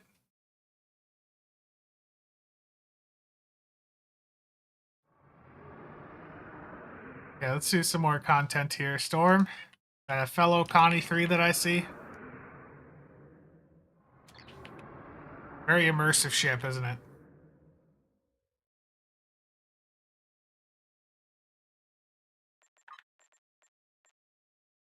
I did that Chipori earlier and I forgot to harvest materials in space. No. No. Why? Why do I do this stuff to myself?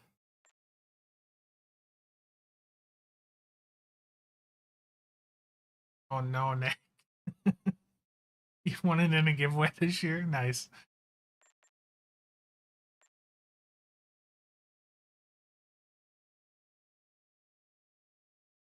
Kitchen, you enjoyed Nick's stuff. You just started a side tune on live stream, so you'll be watching for EPG video because EPG stuff is interesting. I've engaged with it in the past. It's not my personal favorite playstyle. That's why I don't do much content for it. I am slowly working on getting the stuff on casual to to do EPG builds, but it just isn't my preferred playstyle. You know, I really enjoy the cannon side of things. Fire at Will I also think is quite fun, but Fire at Will, Cryptic decided to nerf many, many years ago, and you are very limited if you want to run Fall now. Like, I can't run Maelstrom and do ETM. It really sucks.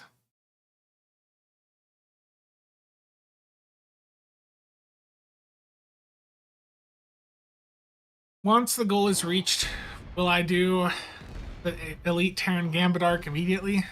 Not immediately, but we'll get it scheduled for very near future. Like, if it's it today, I would schedule it for tomorrow. Yeah, I'm gonna harvest and leave on a 30-minute cooldown. I gotta go to another one here. Let's go to Karaya.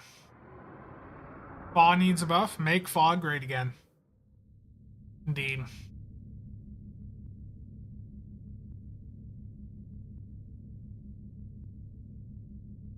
Is that the same ship just higher above, or are they two different ships? It's the same. Those were both Connie 3s right there.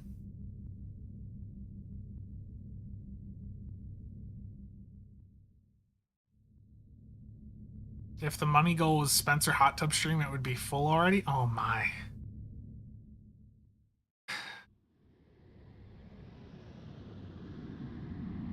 Nick. Gotta save for the gambling, man. Remember? By the way, Nick, when Nick hits 1,000 subscribers on his YouTube channel, he is going to do a 1,000 key opening on the live server. And he's going to do it with his in-game assets. So if you want to make him sell off everything he has in the game, then make sure to subscribe to him, and you'll get to watch him open 1,000 lock boxes on the live server. And I think I heard something, Nick. Were you planning to do a giveaway off of that too? Like, if you were going to give one of the ships away? Wasn't that what you were saying yesterday? I don't remember.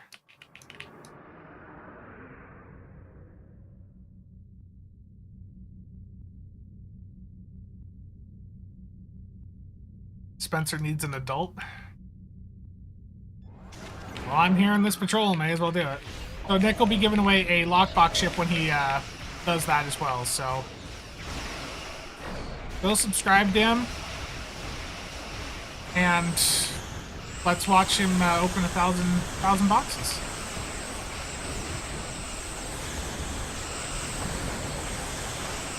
That E2 console is so immersive. Give us the E2 in the bundle so I can have this account live.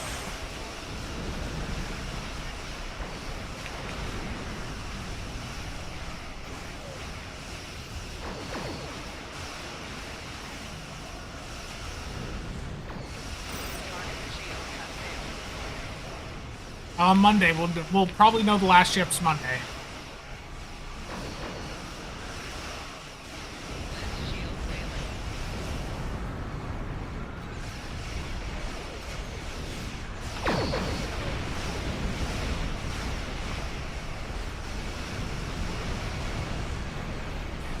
Look, I forgot to hit the weapon power thing even. Such casual gameplay. Subscribe, looking forward, Nick. What are my thoughts on covert phasers? They're fine. So the thing with most phaser variants is that they're basically equal. Most phasers will perform within like a fraction of a percent of each other. So basically just pick whatever color you like. Whatever looks and sounds the best to you, that's what you should go with. I don't think the Deuter stat trait was fixed. There was no patch this week. At least I'm pretty sure there's no patch. Dark Ghost, thank you for the 20 Elite Gambit arc. Get that in there.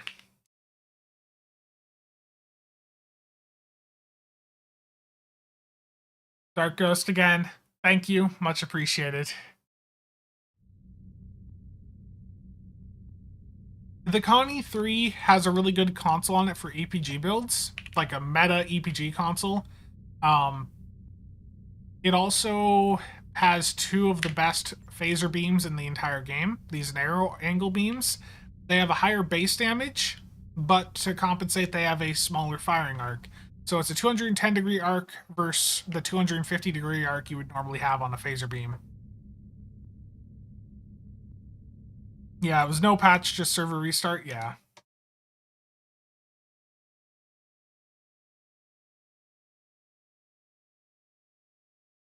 Yeah, the last actual change for the game files was February 1st. So, yeah, there's no changes for the neuter stat yet, I believe.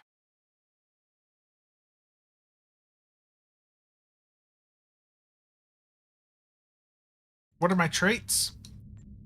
So I've got Cold Hearted on because this is a ship with a pilot seat on it. You can proc Cold Hearted quite easily. Calm Before the Storm for the haste, Emergency Weapon Cycle, ETM because I am doing fire at will, Terran Goodbye, Thunder Run, and then I have Ship of the Line on.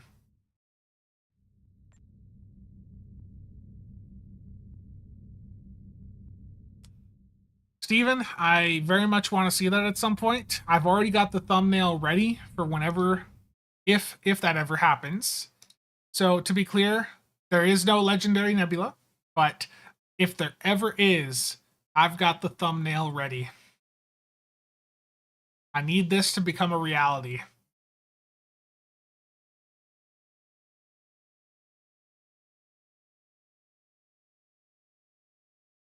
Nick, glad to help, man.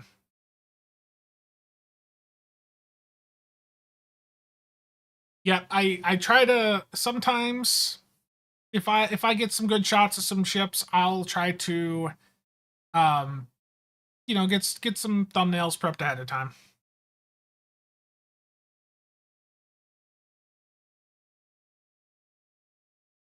Why is the Connie 3 console EPG meta? What does it do? Yeah, let me pull that up here. So I don't actually have it on the build right this moment, but let me leave the map. Okay, so I've got a couple questions popping up in chat. Let me go through and answer the stuff about the Connie 3 console here quick. So let me head back into New ROM space. Because the numbers are not always correct when you look at stuff in sector space.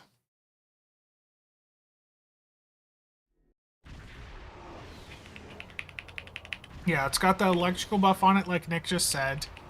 So, bio. Here's the Connie 3 console. Bioelectrical wave capacitor. Plus 19.9% Cat 1 energy damage. Plus 40% bonus electrical damage. So Cat 2 electrical. Plus 5 weapon subsystem power. And then it has a clicky on it that does electrical damage, and it will affect a large area because it sends a wave forward that will damage everything in its path. If you look at a lot of the recent HSC DPS records, you will see bioelectric wave pop up quite frequently. Intriguing. Thank you for the $5. Much appreciated. Let me get that added.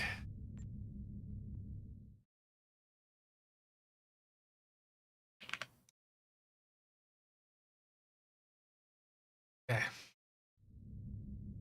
Yeah, and intriguing. Very much appreciated.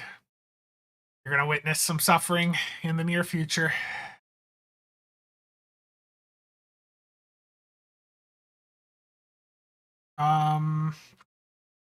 Yeah, so that Connie 3 console, the bioelectrical, it's a very top performer for EPG builds now. Some stuff up here. Which ground traits sell well? Look at what like the meta recommendations are surfing. Look at like STO League. Look at the builds Discord ground section. See the traits that you commonly see on builds and go and sell those. Those are the ones that are going to move the best. Want real pain?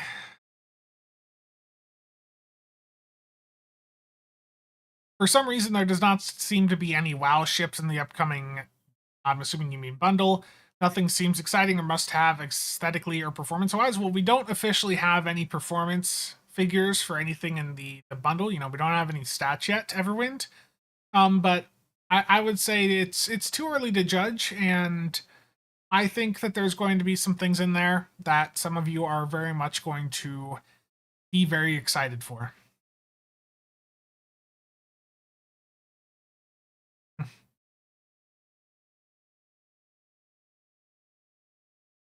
See. Is it 3 new ships and 2 skins? So it'll be 4 new ships plus the Parliament on account-wide unlock, most likely, plus the remasters. And then there will be some additional fluff in the bundle, like probably 14 upgrades, 14 keys, the stuff they usually have in as fluff in these types of bundles.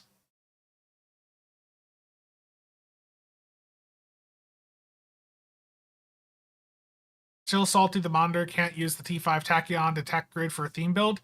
Complain about that to them on the forums and some more. Like that doesn't make sense that it can't use that console. Is it possible to make Beefall work on a Terran Nebula? Probably. What is my DPS when not tryharding? If I'm not tryharding, I'll usually go, if I'm being real, if I'm doing just day-to-day content, going in, doing my daily, I'm going to pop in the Nadarian. And the Nadarian just passively, I can activate that with the build I have on it. And if you want to build for the Nadarian, Nick's channel, he's got a build he just did for the Nadarian yesterday. But you can get a couple 100k DPS just passively. Like I can hit that console and walk away for a couple minutes and come back, and I'll be like the top DPS in the run. Like I can hold down a point of the map and more than contribute, what I need to contribute in that run while not even being on my computer.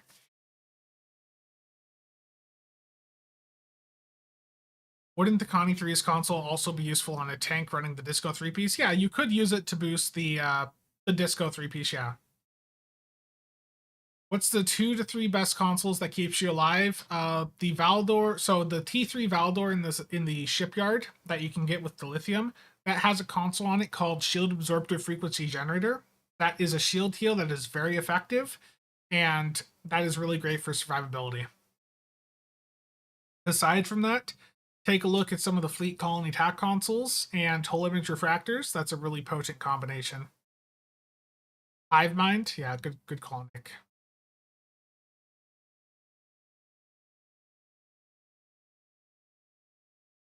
Legendary Cerritos.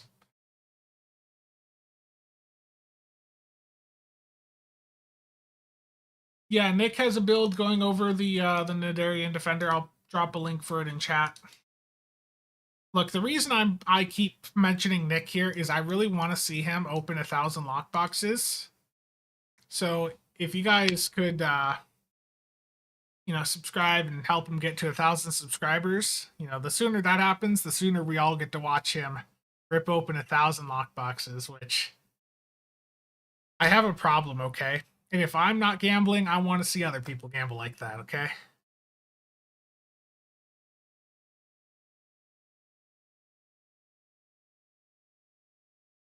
I'm caught up on chat.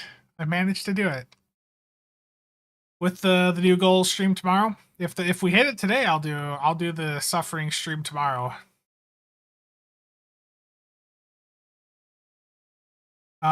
Anything for us super casual immersion loving beam overloaded players.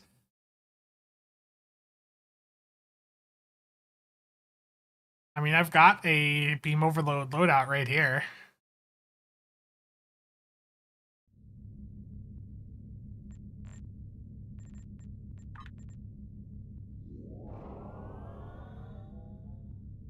No, I've got beam overload loadouts. I go to my original main character right now, it's on a beam overload setup in the Temporal Destroyer. I just wish we had a better Temporal Destroyer. Hopefully at some point we get a better Temporal Destroyer.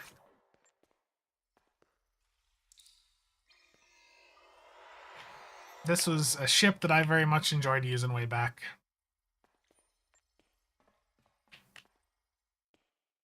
Temporal destroyers are always quite fun.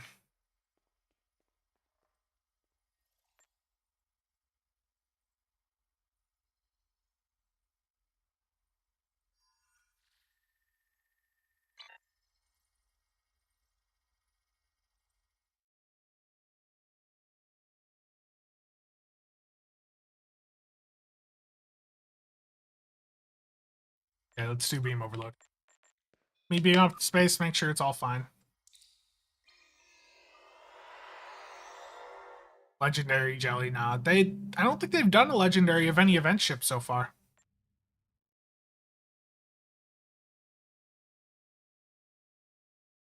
Uh, 4 should be fine. 5 is for slotting projects.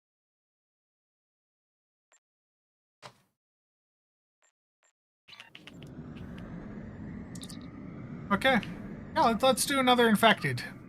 Infected, the conduit, elite, public queue.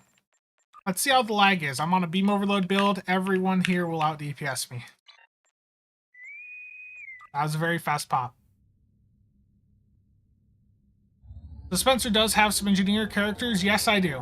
I even have a ROM alien engineer, and it's on the KDF side, so it's on the correct faction. I just, the issue that I have is the monetization approach of the game.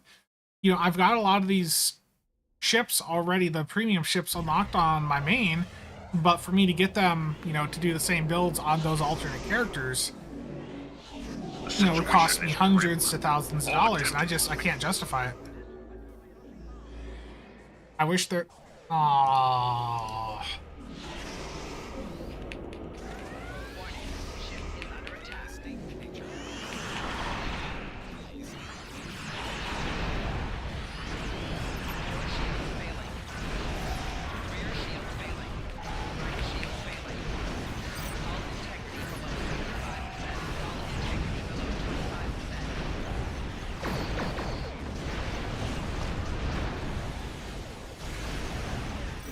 Scanning the nanite trap.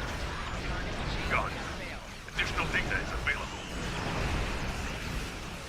From this time forward, your culture will Oh, my keybinds on this are set up bad.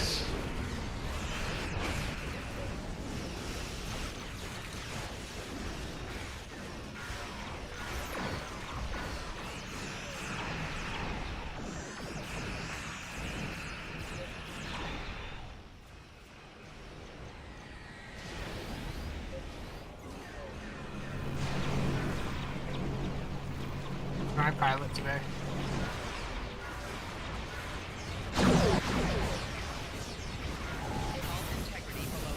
Here you go. It's beam overload. It's what you wanted.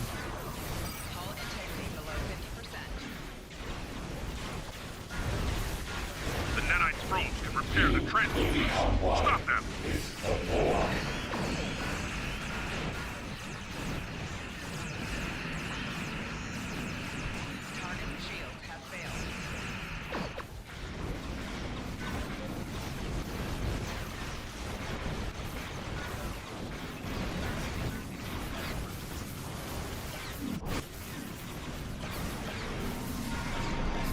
This build is really bad. I know.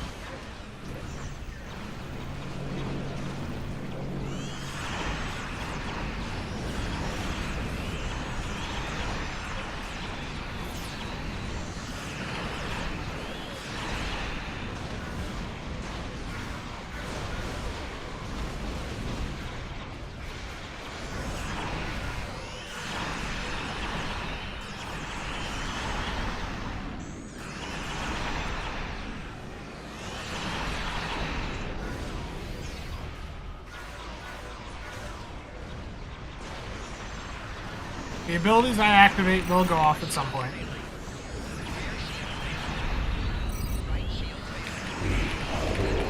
surrender your vessel and prepare for assimilation. Some quality gameplay, yeah. Still a generator up there.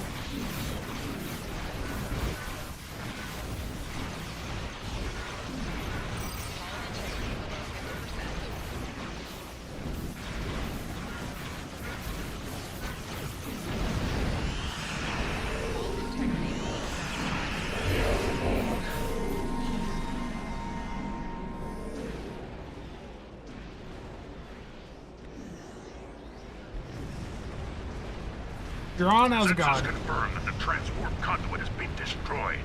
However, our scans of the starbase are still being disrupted.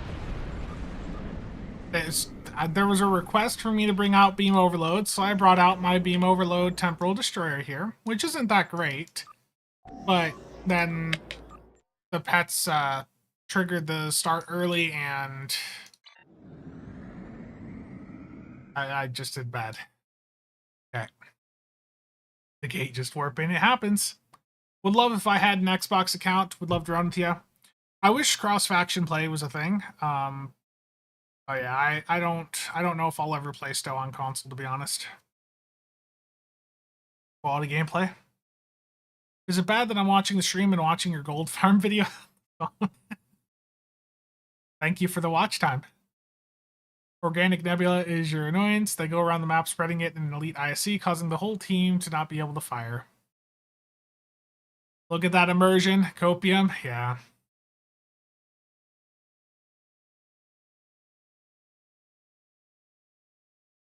Just messing around. What am I hoping to see with the upcoming bundle? I want to see some really OP pets. That's what I want to see. But we definitely ain't going to see that happen. Ever. BO build and Swarm or Starbase 1.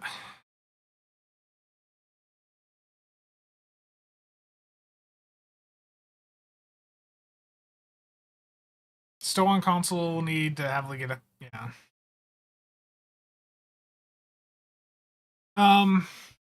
I think for the game, like if they're not going to ever do crossplay, I think at least giving people the ability to move their like a one-time move your account over to a different platform, I think just something like that would be very beneficial. I know a lot of console players that have moved over to PC over the years. Fezhoop, thank you for the 20. Much appreciated. Terran Gambit Arc. Suffering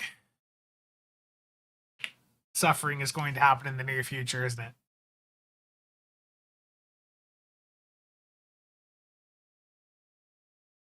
My new ROM? Probably will be when I get back, yeah.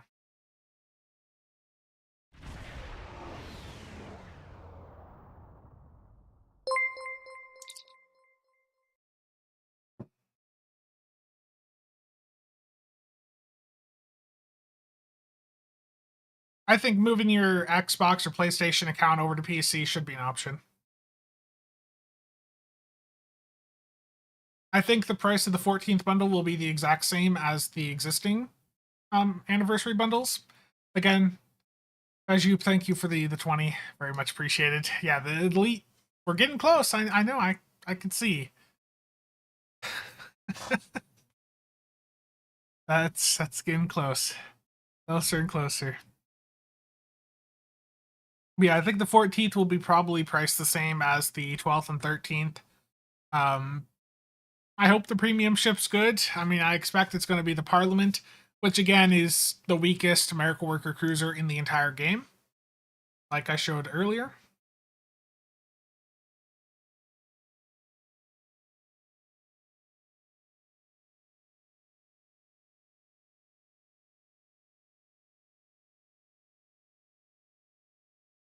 Terrible Distant Night.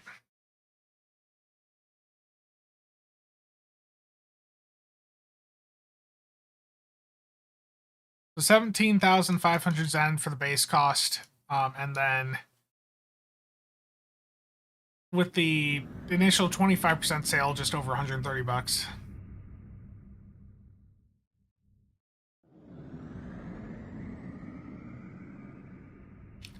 Grizz will be happy. He loves the Parliament. I know. I like the Temporal Destroyer here. Temporal Destroyers are quite fun. I just wish we had a 5-2 Temporal Destroyer in the game. That'd be pretty cool. I think most of you would agree.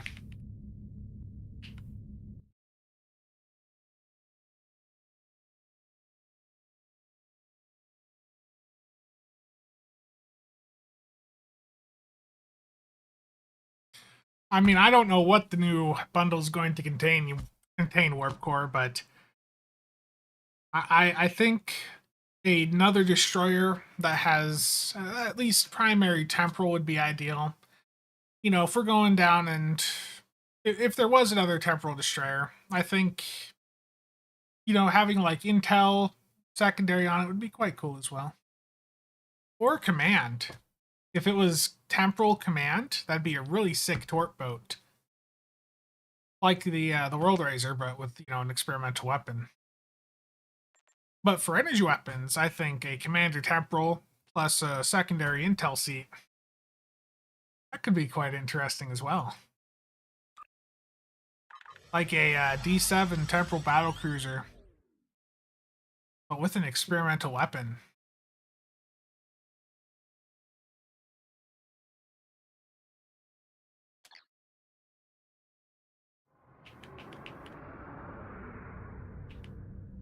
Mannheim device is all you care about? Okay, I see I've missed a few things in chat. Let me get caught up.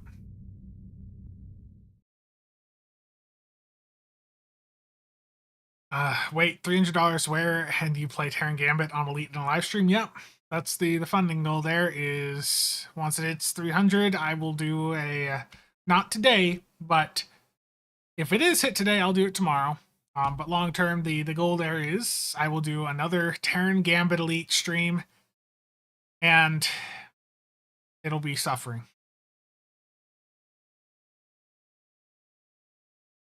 Ed, I don't know what you're talking about.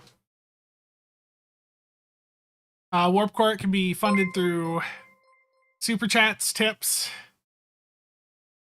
bits. August again.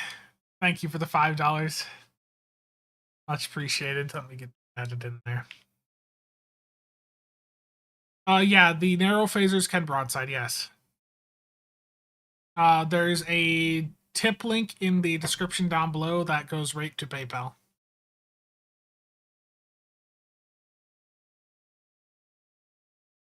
It is in the description. Gotta keep it rolling in. August again, thank you. All this goal tells me is that Sab is a sadist. Look, I want to fund some Muds bundles, okay? But if there should be a Zen sale here, probably next week. And if it shows up on Epic, I'm gonna pick up some more Zen. It's right at the top of the stream there, Warp Core. It's at 155 a 300. A lot of pain now for Muds bundles later on. Absolutely.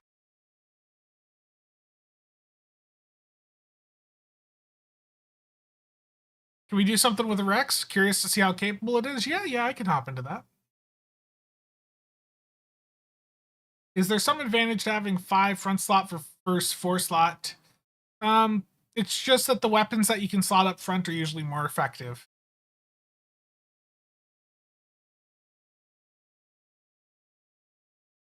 It's the fact that, like, a dual heavy cannon will do significantly more damage than a turret. A dual beam bank is going to do more damage than an omni beam. You typically, with most builds and still want to be forward facing with most builds, but with that, having weapons that are able to do more damage up front just synergize well with how playstyle of things is. Bridger, thank you for the 50 euros. Warp Core, thank you for the $10 tip there. Oh boy. Bridger, Warp Core, again, thank you to both of you. The suffering is going to happen. Should really have set it higher. I didn't think we were gonna get there like this. Oh, okay.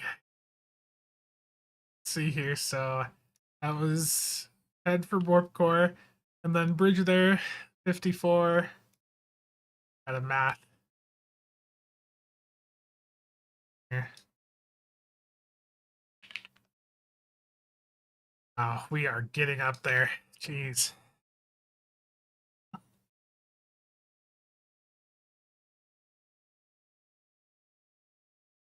I'm gonna hop over to the Rex. There will be some suffering in the very near future. It's gonna happen, isn't it? Nick.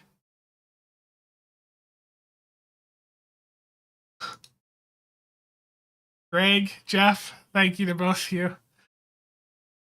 Oh no. Pain is what's going to happen.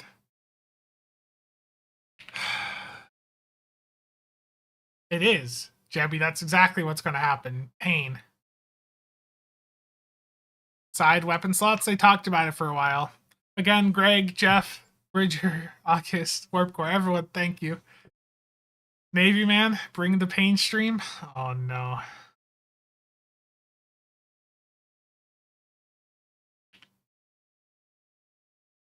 Tomorrow, right? Ice Night?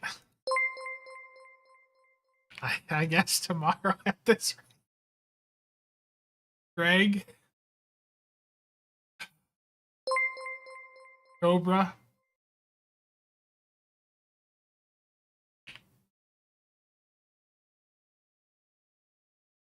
Doing your part. Cobra, Vosper, thank you. Playing it on Elite is suffering, but playing with this lag will be worse than hell.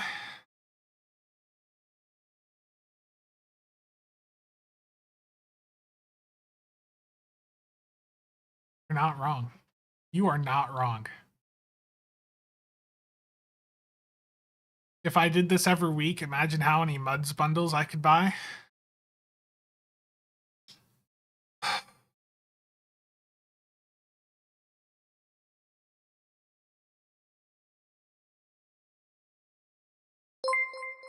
Deal. We're at 304 of the goal.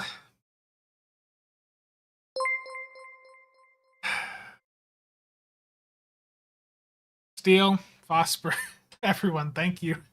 Thank you for suffer.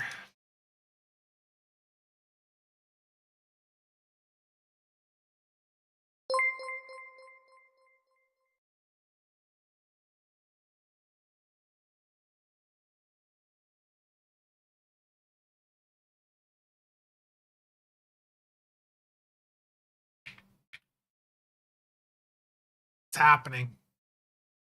Never underestimate the value of a good torture chamber.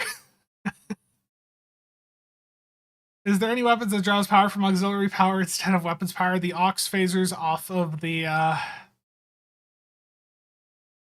Vestas. Suffering through Terran Gambit.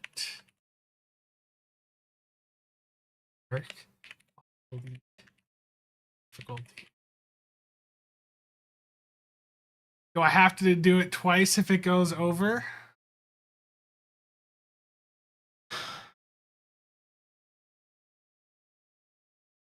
Melee only? Melee wouldn't even work. Melee even wouldn't work for some parts of it unless I could throw the comm badge at the things floating up in the air. Stretch goal should be for the new episodes.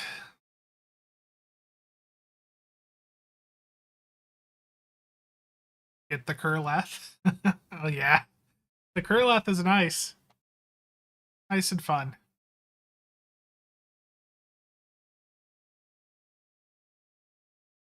It's the schedule. Station. Aggressive now. I always leave it as at the conservative setting there. February 11th. 11 a.m.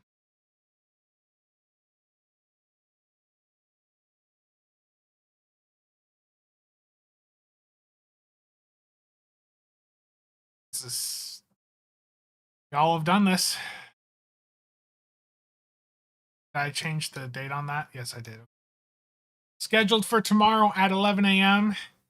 Given that the goal here has been hit, I will be doing the entire Terran Gambit arc live on stream. in one go. Gross. It's what people want. People want the suffering. We're gonna do it. We're gonna do it live. The entire Terran Gambit arc. That's Iowa Central Time. So the same time the stream started today is when that stream's gonna start up tomorrow. I think I just I don't think people hate me. It's just they enjoy watching the suffering. The previous Terran Gambit stream was like 4 or 5, 6 hours, something like that. Oh. Oh. We hit it in one stream. I didn't think it was gonna happen in one stream. I didn't think it was gonna... I don't know. Terrible. It's early, but you'll be there? Yeah, it is early. Thank you, everyone, for helping me hit that goal. Let's get some Rex gameplay in here. I've got the Rex here with a beam overload setup because that's what people like. And we're going to have at it. Let's do Infected. No, let's do a Hive Onslaught Elite. Hive Onslaught Elite, public queue. Let's suffer. YouTube says the last stream was 4 hours, 48 minutes. 1701. Do your own funding goal, $300, and you'll do a Colony 3 build video. That's the way, isn't it? At least do it in a CSV build tomorrow.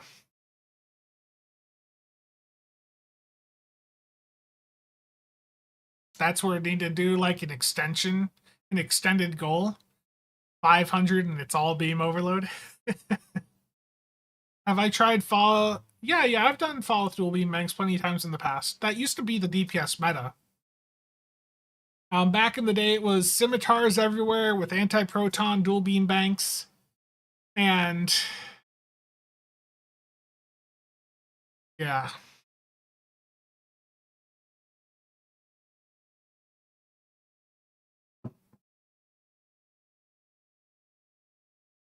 Use a new tune. Yes, increase, do a like a secondary goal. Do it on an engineer character.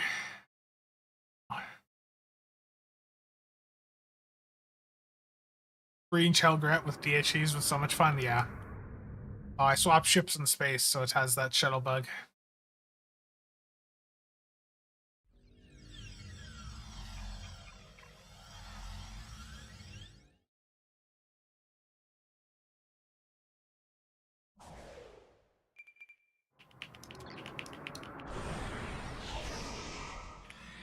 That's the best class. I think we're gonna just agree to disagree there.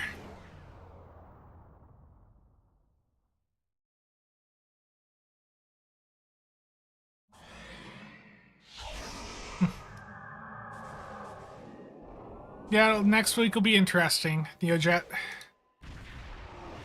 Next week will certainly be interesting for what the impact will be long term for like DPS chasing stuff. What's the best phaser type for a dual beam bank? Resistance is futile. You pick what you like.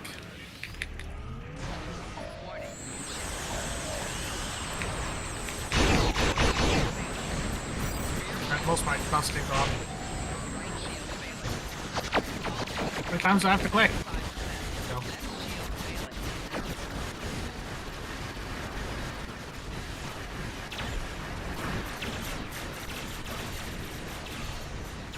Mix in here with the jelly build. It's lagging so bad. Misfires. I usually just use sensor-linked phasers when I'm going for dual beam banks, but you can use whatever flavor you want, to be honest. It truly doesn't matter.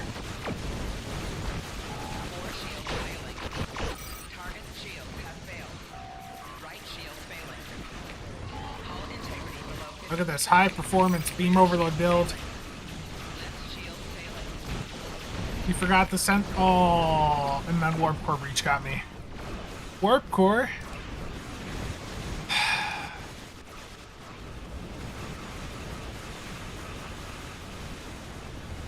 Hold on. Lost my restream window. Much boom, yes.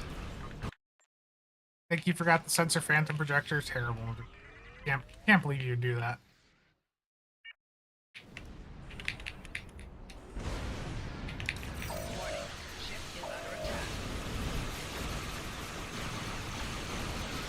Look at the lag. I hit my maelstrom there and it didn't go off. Now it's going.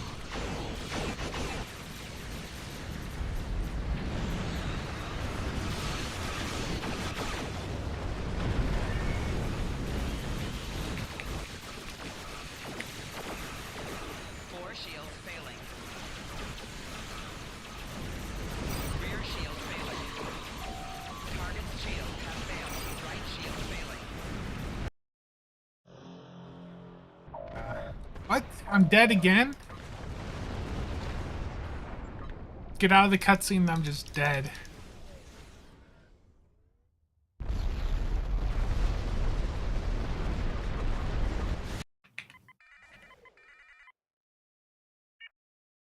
I want the Lance to just come in and like one-shot me here. Unfortunate.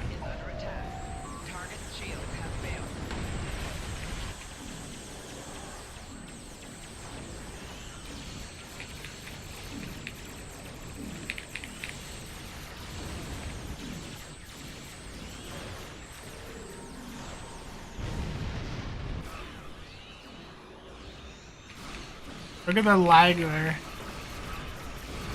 Look at the net graph at the bottom right. Look at that big green spike lag.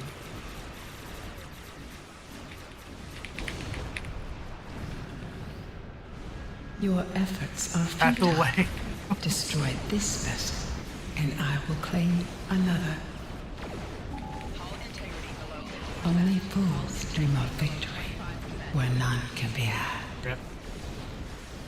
I've died 3 times. It's casual gameplay.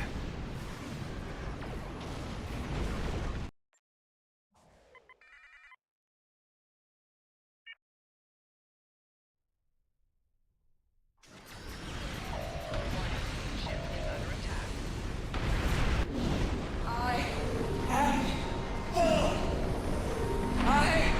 am eternal. This is not The the radiolytic end. Dublin banks, yeah, were really cheap.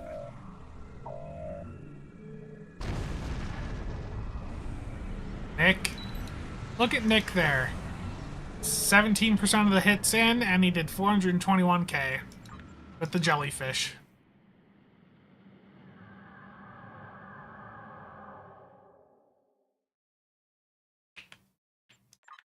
I took some damage.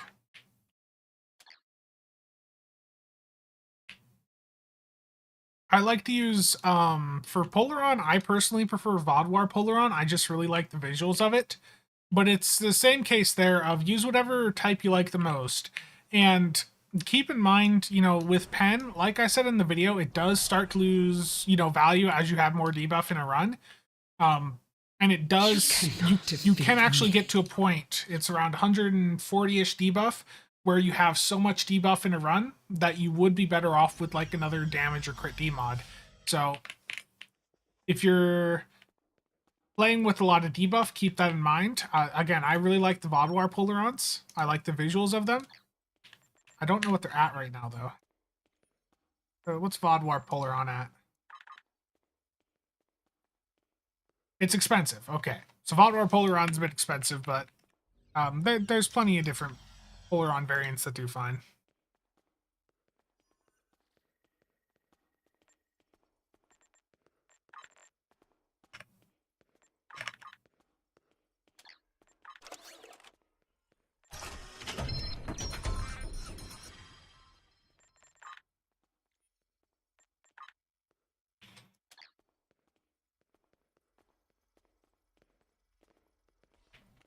Yeah, opening weapon packs sucks. I keep a few in my bank always just in case I have something I want to go out and grab, but it really does suck opening them up.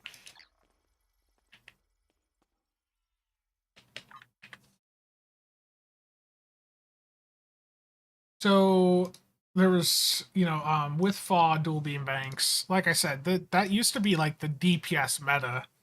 Um, I think I even have some footage from way back then.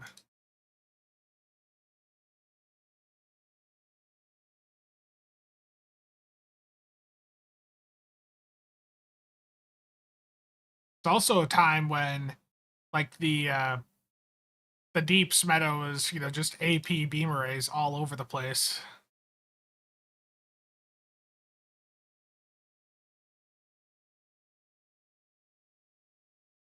Let's see if I can find like a nice old video. Back page here.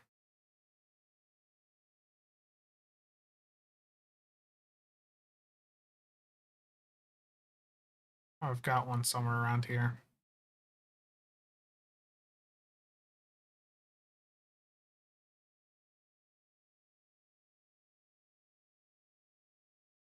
I want to see what this is.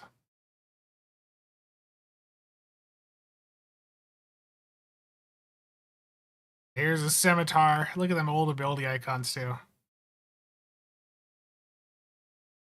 Oh, YouTube's taking forever to load this one.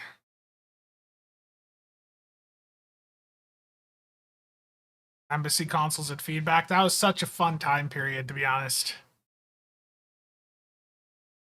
And look, scimitars. Like, this was the deeps meta back then, was you were doing AP beams or dual beam banks with FAW. Like, that's why they nerfed FAW, is because, like, every build back then was FAW. Like, FAW just completely dominated endgame play. That's why they nerfed it. But you could have FAW 100% of the time, basically. Or not 100%, but most of the time. Back, you guys, some of you that were around back then probably remember the screech of the AP weapons. Like, everyone was using AP at the high end because nobody cared about weapon procs. Pretty much same as today. But back then, AP was the only one that really stood above the others. The CLA, I'll toss a link in again for it. Let me grab it from the Builds Discord. So CLA has a dedicated channel in the Builds Discord. If you have any feedback for it or if you have any questions about it, it is under Software Combat Log Analyzer. And if you want to download it, here is the link. It's really, really nice. It's got light mode, dark mode, light dark. Like, you can go in and change this quite a bit. If you're someone that for some reason likes light mode, I mean, it's there for you. Looks like a flashbang going off in my face with that on. Light dark's good. I like dark mode personally on pretty much everything I can use dark mode on. And with the overlay here, you can customize it to have it show like damage out, max one hit just on the fly, damage in, damage percent. So like if you're a tank, you can have this show like hits in percent as you're going through the run. You can go in and just live throughout the run, see what your attacks in is.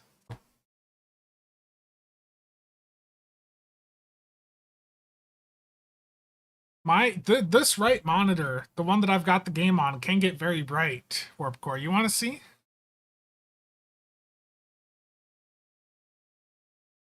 It is at 0% brightness right now. I'm going to turn it to 100.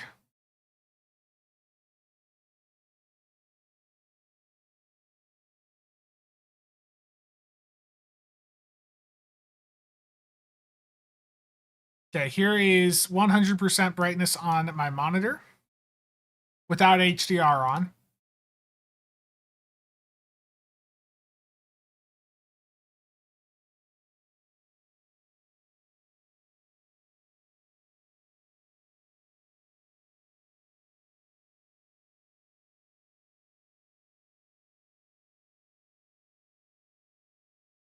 all of you that like light mode, this is how I imagine the light mode experience.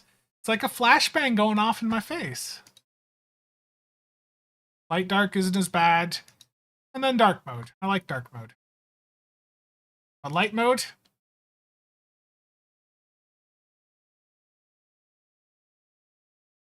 Dark mode's where it's at.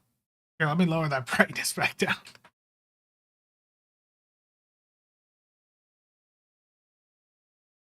Like that. Yeah, that was rough.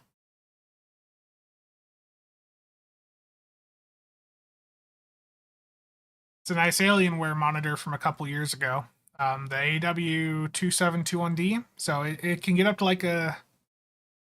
It gets very bright. But the issue with it in HDR mode is that it's only got like 4 zones or something. So when it's doing the different zones, it's very visible. Not the greatest experience. I'm blinding you on your screen?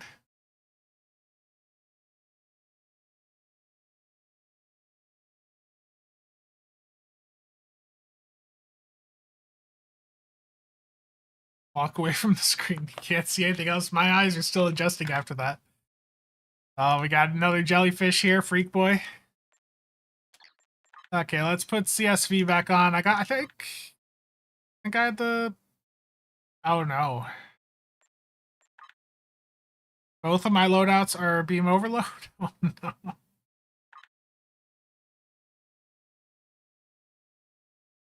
Yeah, terrible HDR. I have HDR off right now because it messes with the colors. If you have HDR on, it will mess with the colors when you're doing a recording. Darthon, how's it going? My left monitor has a better HDR implementation. It doesn't get as bright as the Alienware one, but this Gigabyte M28U, it just has, it doesn't have the same issue with like the zones. So if I'm watching HDR content, I'll watch it on that. If I'm watching like a movie, ideally I'll shift it up to my ultra wide, which is up above, right above the webcam. I've got, I think I've shown my setup before. Let me pull up a picture.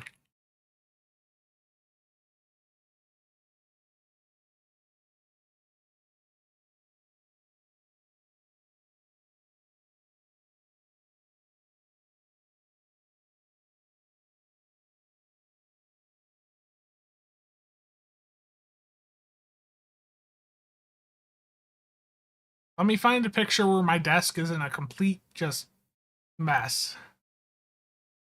Better.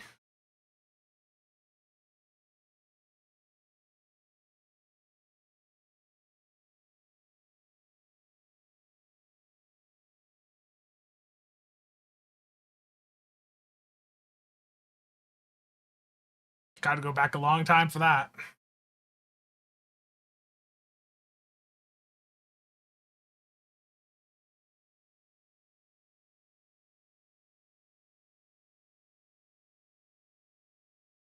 Okay.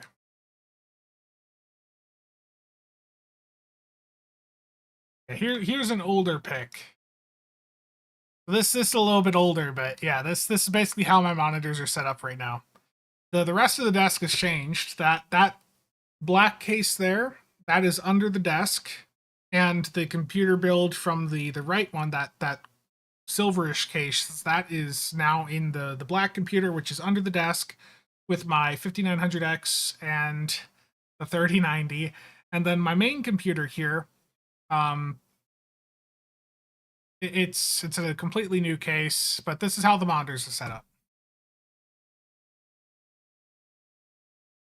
Yeah, it's a bit of a mess here. It's even worse right now. There's no longer a lamp at the back right.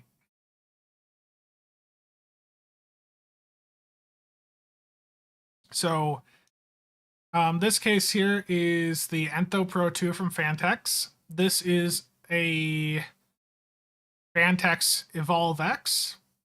The Evolve X case is just sitting in the closet right now. I could fit more hard drives in the Entho Pro 2. And my current case, find it.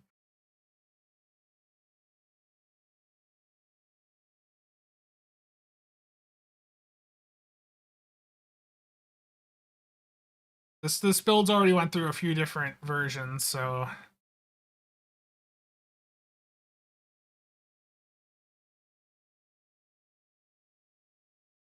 this is the current computer. This is my current main computer. It's got the 7950X. I got a really good deal on it. That's why I got it. The case is a Lee V3000 Plus.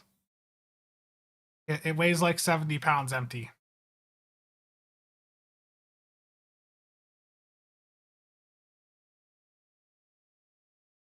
The Hydra console trait. Shamfire, my main monitor is 4K. The secondary monitor here is 1440 to 40 hertz. The 4K is up to 140. In kilograms, I don't know. But this is 7950X plus a 7900 XTX. I need to get some more quick disconnects so I can make it all look a little bit better. Xbox is only 500. I got lots of computer stuff. I have a problem.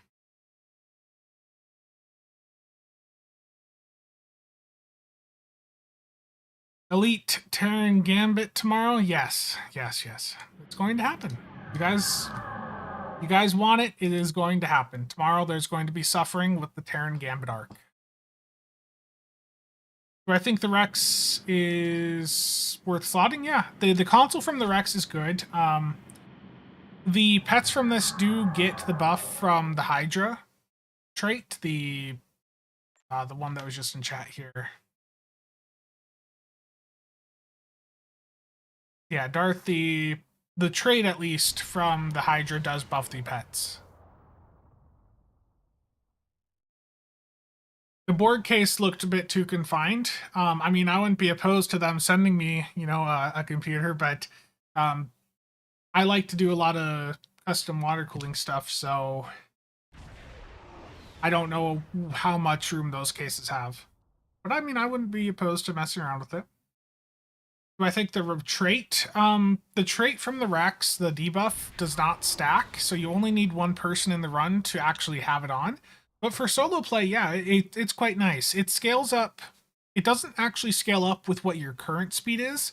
It scales up based on your theoretical maximum. So if I hover over the trait here, inertial supremacy. Okay, so inertial supremacy here. If I hit emergency powered engines, you see the numbers just went up. If I hit a comp engine proc, it's at 50, and I'm sitting still. So this is scaling up based on what your potential speed could be, not what your active speed is. So one person in the run running this is going to be nice, but again, it doesn't stack, so multiple people running it won't do anything. Am I running an RTX 4090? No. My main computer has a 7900 XTX from AMD, and my secondary computer right now has an RTX 3090. I got the 7900 XTX off of... That's really loud. Oh, this is lagging. Oh boy. I got the 7900 XTX last year because my 3090 died. It literally, like, the back of it, like, burnt up. So I was waiting quite a while for that to get RMA'd, and in the meantime, I just went in and grabbed another GPU. But I was seeing reviews for the 7900 XTX, seeing that it was really good in rasterization, better than the 3090 and comparable to like a 4080. In ray tracing, it sucks, but in just normal games, it does really good. There are some issues, like if I let the clock speed on it go too high, it'll black screen, but that's not necessarily an issue with the card. That's with me having flashed an overclocked BIOS to it when I took it apart to put the water block on it. That's so I can't really blame the card for that. Let's see here.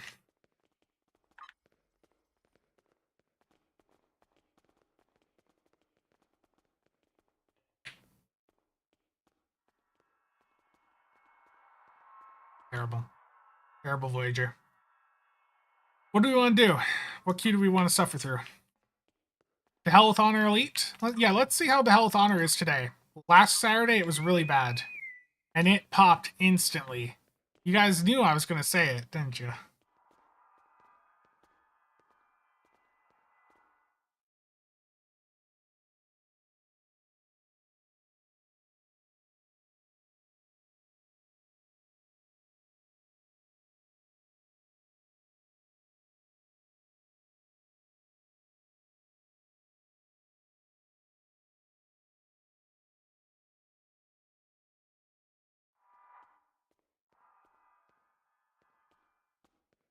Alan, how's it going?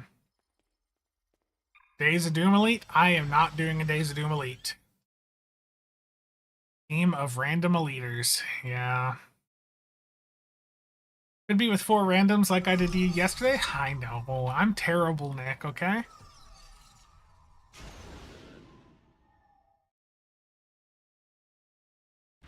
To all true. Not off to a good start looking at that net graph.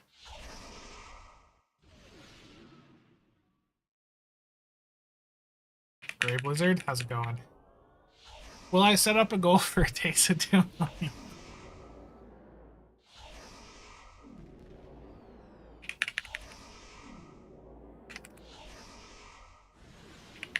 I don't know if I want to even suffer through that this tonight. That might be a bit too far for me. Go to Shipyard Alpha. Destroy the Mokai vessels before they can power up.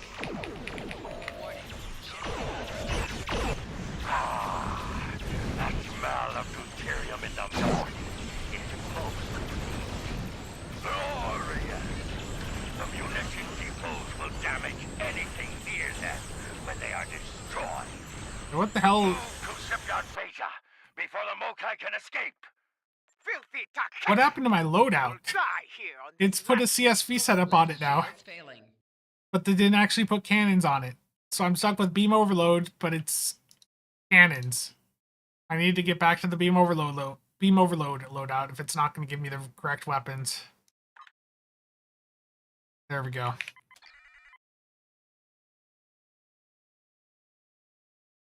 Yeah, this is great performance, isn't it? The Mokai are attempting to flee from Shipyard Epsilon. The Mokai vessels are firing a thermal core. Stop them! 4 shields failing.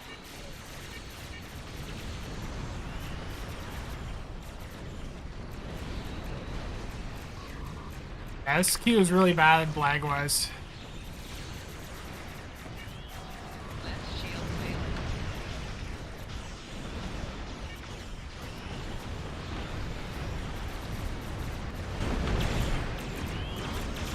That one's pretty No much vessels dead. remain at Shipyard Epsilon.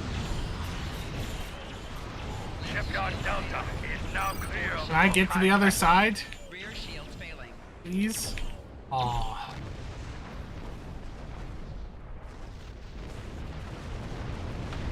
Corfez Elite, the issue with it is that it can bug out.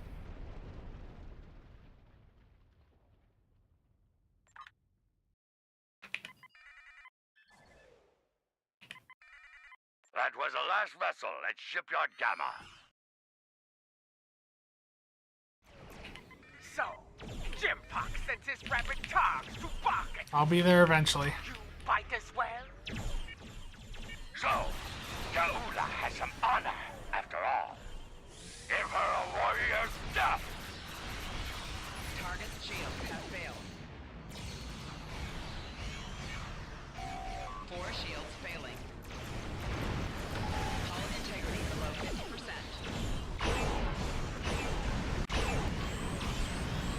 How many times do I have to click it?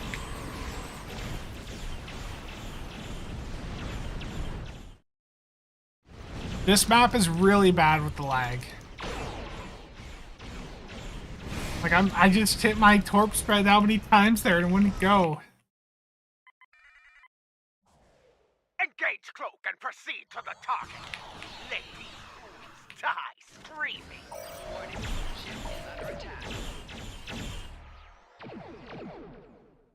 Let me move. I'll tear this moon in half. Fire the weapon!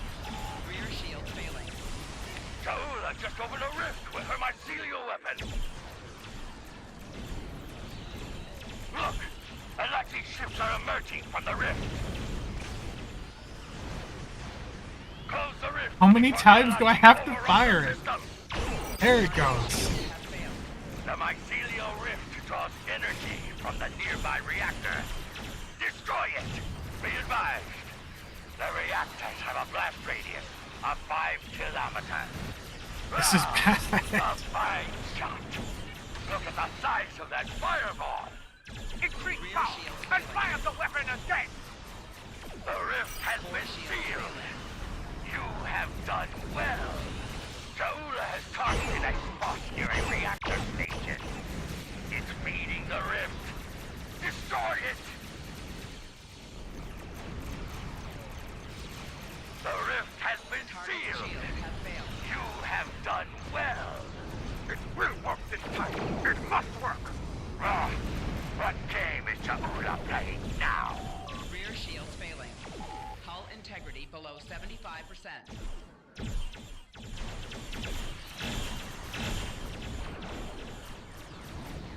Zero Lachi spawned in? Yeah. It did the same thing last week, where the third area was the first place that it spawned a Lachi in. Like, the game is struggling that bad right now.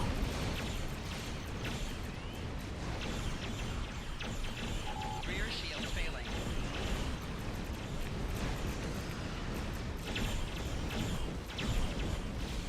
Yeah, I mean, Decker wants the game to be up long term. They want to make money off of it.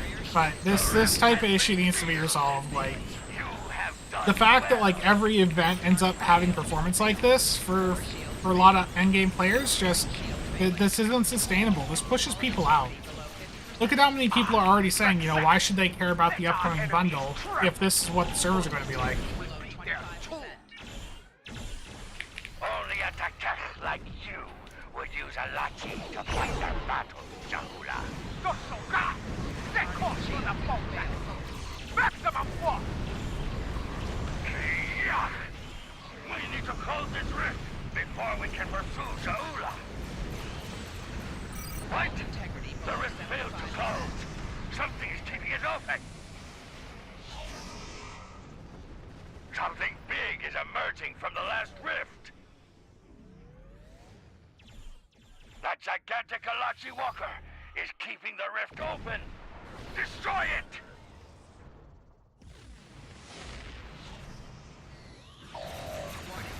Ship is under attack. Target shield has failed.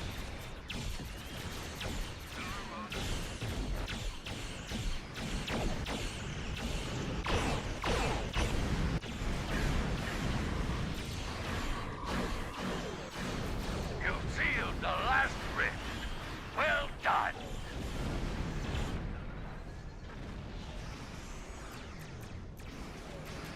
Yeah, this is rough. This legitimately is probably the worst queue I've done lag-wise. Like, consistently bad in the past couple of weeks. Good run, everyone. If we can call that good. It's bad over on console, too? Yeah, it's crazy that the lag, or like the Alachi aren't even loading in with that. That's pretty rough.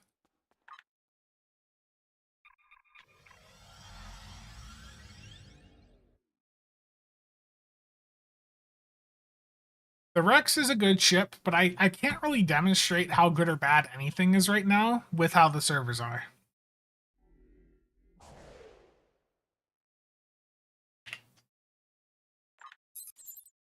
I mean, you can see the net graph, that's that green bar at the bottom right.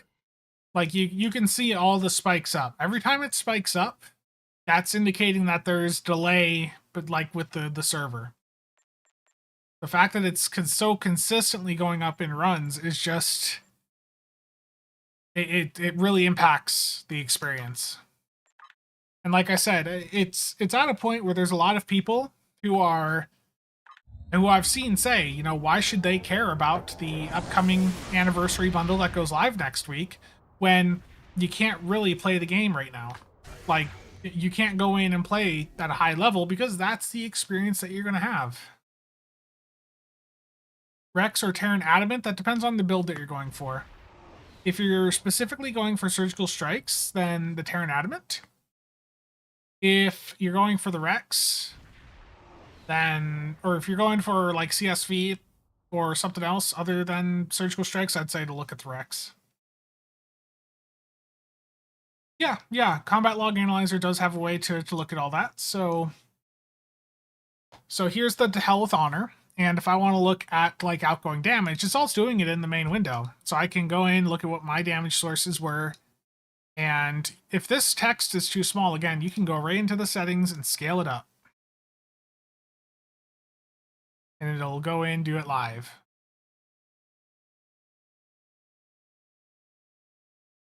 Yeah, so it's set up like in this regard, like you would like what you would see with like Cat, where you can go in, break things down.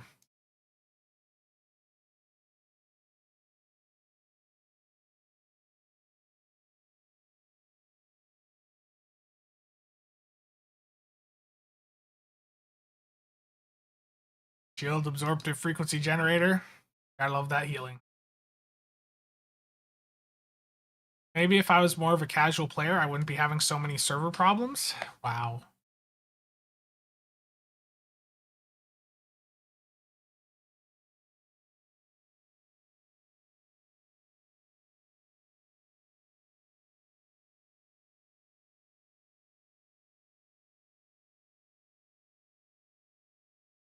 Yeah, I mean it's not the first time you've heard, you know, people reference that it's you know, pay to lag.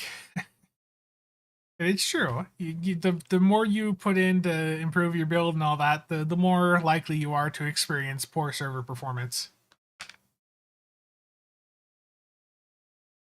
I have a teaser for an upcoming piece of content, by the way. You guys are going to get to see this here first. A teaser for something that is going to be getting a video after the release of the 14th bundle for no specific reason. Pay to lag has been a thing for at least 8 years. Yeah. Sark, it was you that linked me that video, right? Yeah.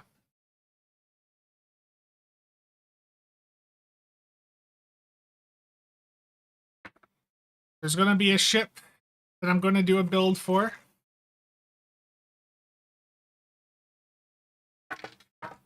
You guys are going to be very happy.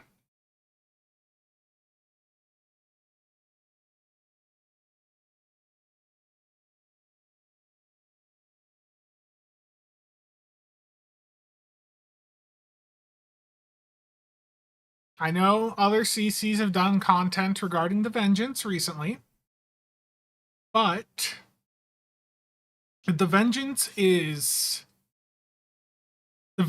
going to be a lot better after next week. So I will be doing a video, not next week, but probably early March, where I'm going to be taking some of the stuff that's coming out next week and making this thing here even better.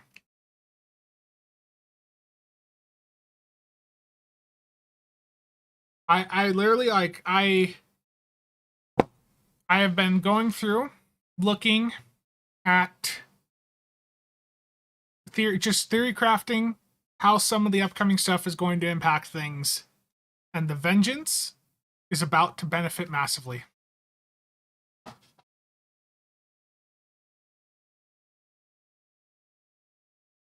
So if you're a Vengeance fan, there are going to be things in the upcoming bundle that you are most certainly going to want.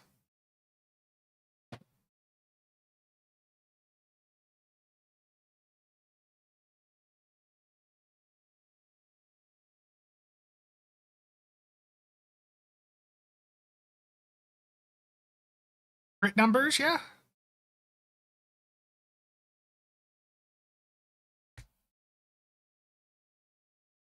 Vengeance is already a very good ship.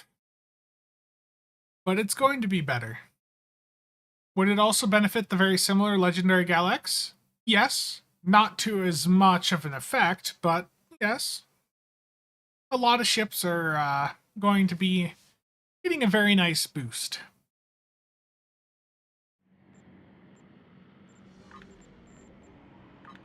It's off CD, Nick. Am I going to do a Proton build? Right now, there's not really enough. I mean, if they put in Proton, the Proton modifiers on Isomags or like the Spire consoles, I would be much more interested in setting up a Proton build.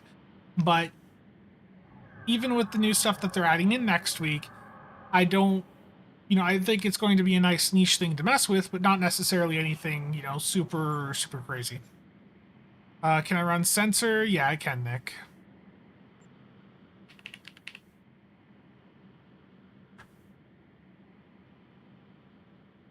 We're not getting any new Kelvin ships.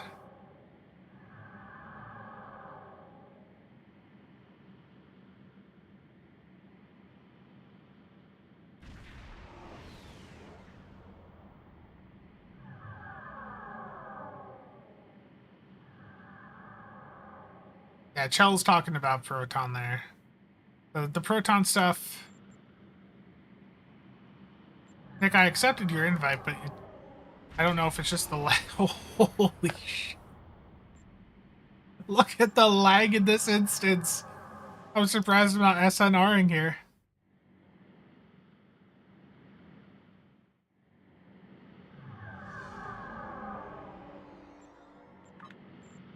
Yeah, Nick, I've got it on.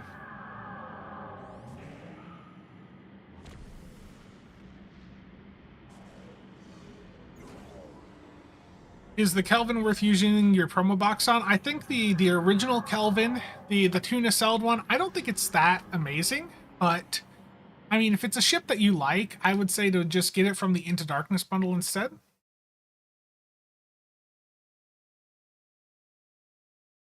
Distant Night, or I'm sorry, Distant Night.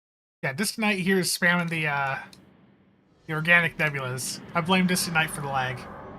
Voyager, I see your messages, and I understand your concern about the things that you shouldn't be messaging me about, but I would highly encourage you to wait and hold off until you see their accessories. Is the Kelvin just one to sell?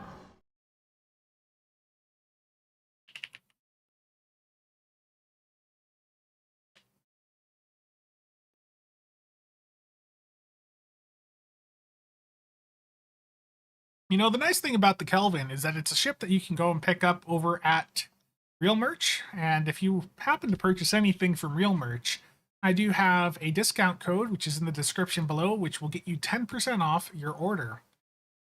And of course, if you use that code, I may financially benefit. So if you do order anything from them, very much appreciate if you use that code. But let me find that Kelvin here.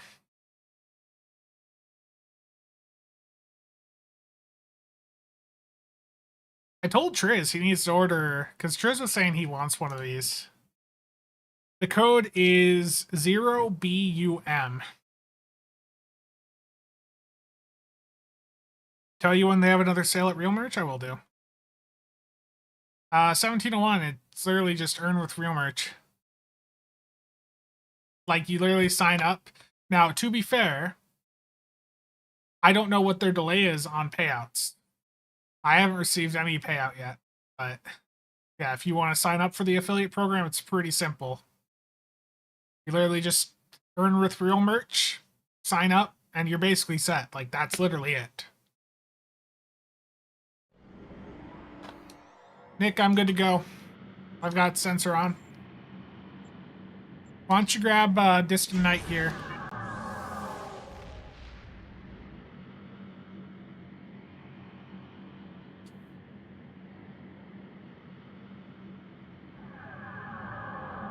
Funding the gambling. Yeah, Chadwick, I definitely will. I'm not worried. You can chill model spaceships like no one else. They've had some pretty good sales. Now, 1701, just if they do happen to have a sale, make sure to send people your the affiliate link, because they can't use your code alongside one of the sales. At least from what I recall. So yeah, just you can append your affiliate thing to the end of a link and send it off to people. Turtle?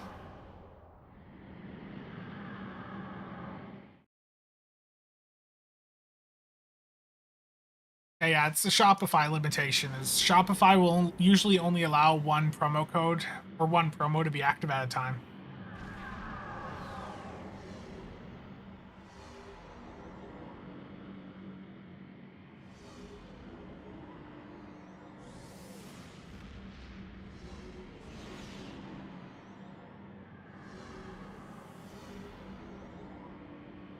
Lagging out my boat here. It's lagging for everyone. The servers are so just... Look at the net graph there at the bottom right. I gambled because it's the only thing left in the game for you. Oof.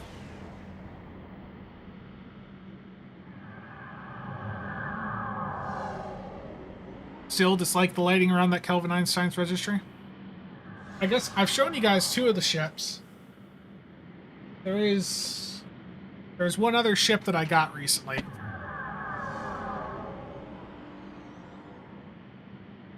I showed the Vengeance. I showed the Nebula.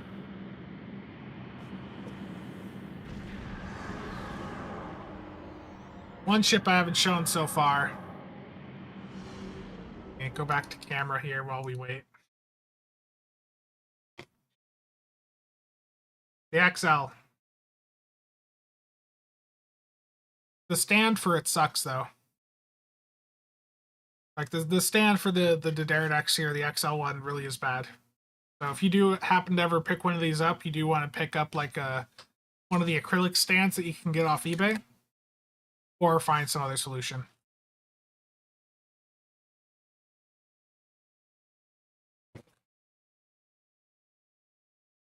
Yeah, the stand is terrible. It's apparently like the worst stand that they have. Is it as dark as it looks, or it's the lighting in here?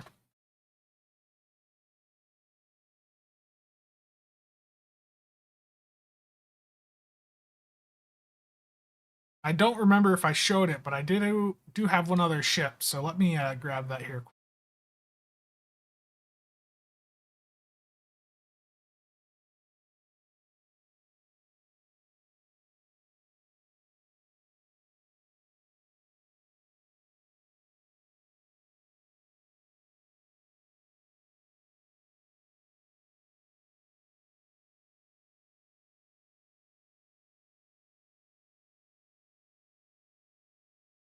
I'm ready.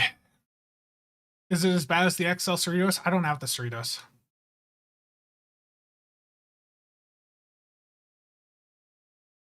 Having a stealth party? Yeah, we're going to do a hive. Nick, I'm ready. But I got a couple other ships recently. My order from the beginning of December arrived. XL Defiant. The free Lost Serena that they had is a promo where if you bought any other, if you placed an order over like $75, you got the Lost Serena for free. So I got the Defiant, and then I got the Lost Serena with it free from that promotion.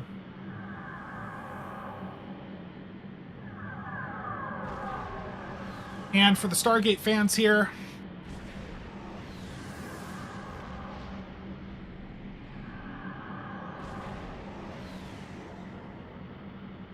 I got the Prometheus, which is terrible. The Prometheus is probably the worst model I've gotten so far. The quality just doesn't feel that great. Open it live? Yeah, I will. I'll after this HSCL, I'll open them. I have a Lost Serena. Nick gave me one, and I haven't set it up yet. I feel bad. It was just in a chain of effects of, like, just things started popping up, and Nick, you know how it goes, dude.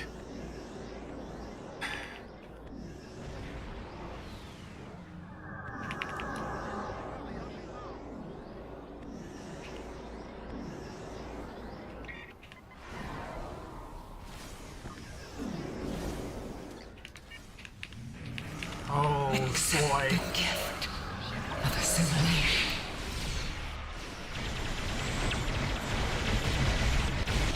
My console just turned off. I went to hit it again because it misfired and it went off. Oh, is it up now?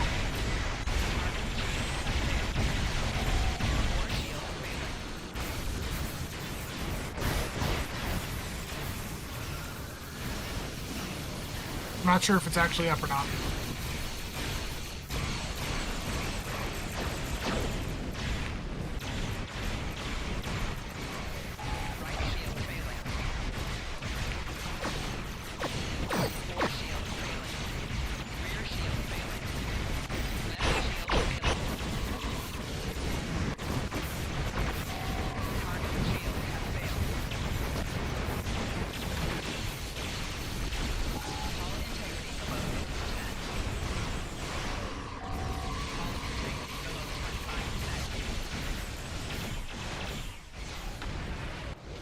Not the smoothest. Also, that was not...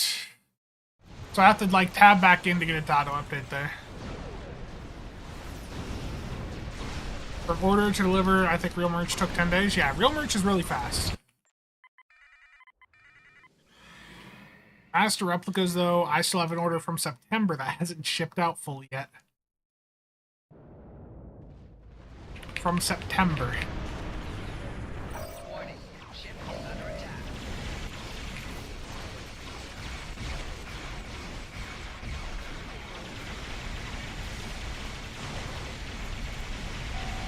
The lag is bad. Rear shield failing. Right shield failing. Left shield failing. Core shield failing.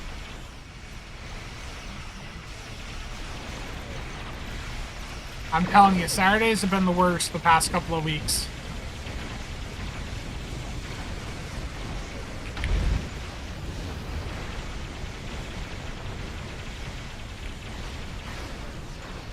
What's the fastest way to grind spec points?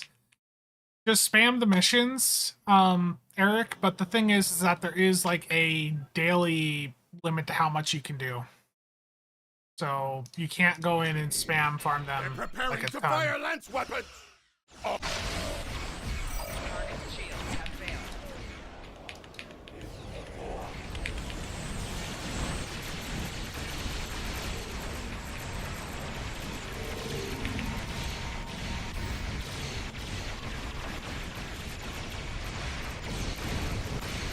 I know that's not the best answer, but it just like it's just a matter of just going and spam them. Really, all there is for that. Could you play Star Trek Online in 2024? You hate yourself?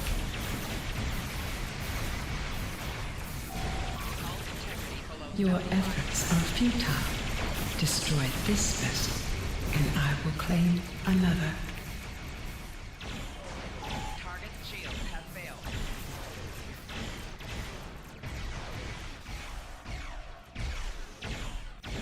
You cannot defeat me. You cannot defeat the Borg. Hull integrity below 25%.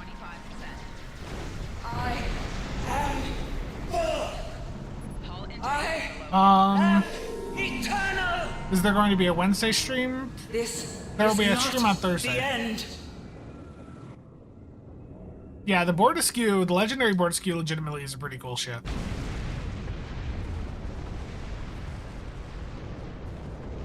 That was really bad. I mean, it just is like you can't control your ship. You don't have abilities activating. Like, it just is a rough experience. Okay, back to the ships.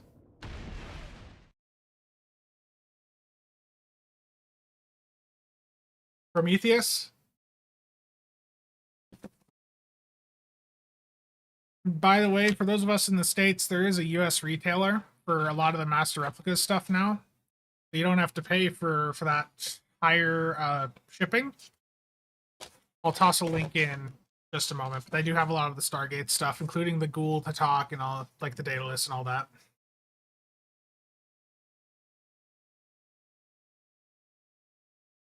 There's the Prometheus. It's very light, very, very light. And also not a ton of detail.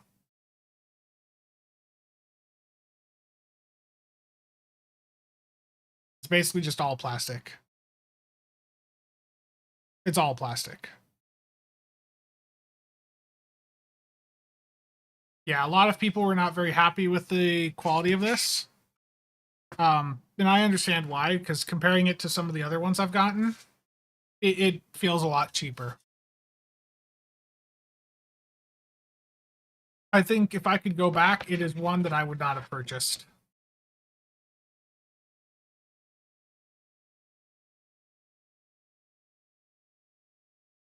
Paint in the detail yourself? I mean, yeah, I could.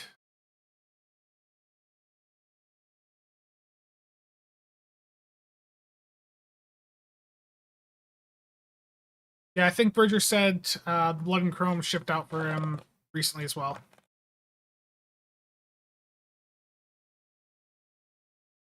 The mid-size La Serena.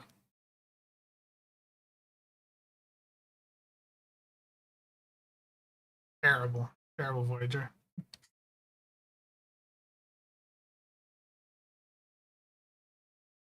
Again, the Lost Serena was free because they had so many of them. They did a promo where if you like placed an order back in December, you could get a Lost Serena free with it.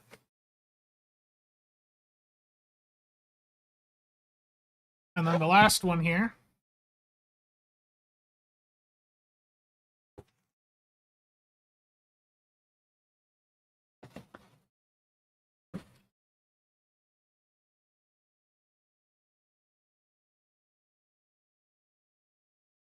The XL Defiant is huge.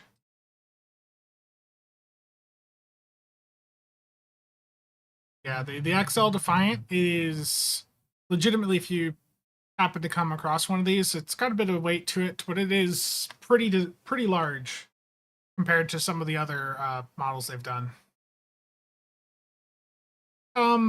It's in place right now, but I could feel how it could easily become loose. Like, it feels like if this fell, the nose cone would fall off.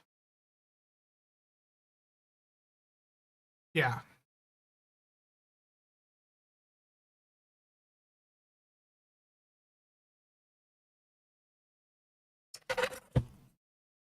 The styrofoam sounds great. Probably sounds great on the camera.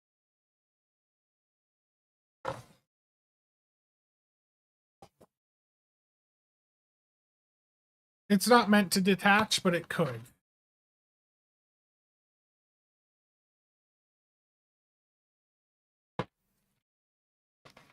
Yeah. Nick, are you still planning on doing a stream today, man?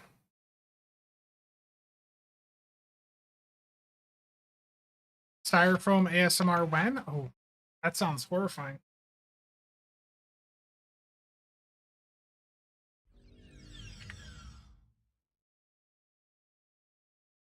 Do I have a display case? I have some shelves, but not yet. Nothing is unpacked out of the box right now because I'm probably going to be moving soon and don't want to have to repack everything.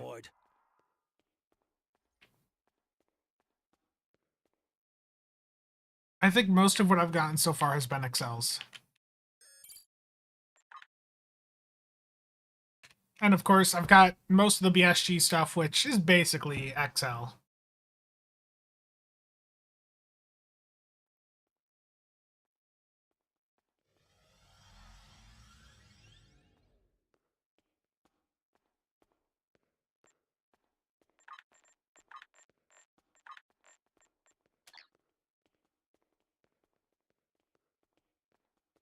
The XL Voyager does look cool.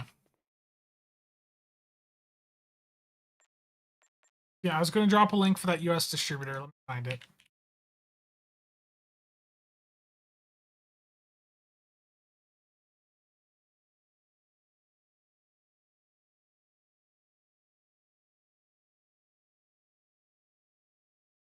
Okay, going in chat now is the US distributor for some of the Master Replicas stuff.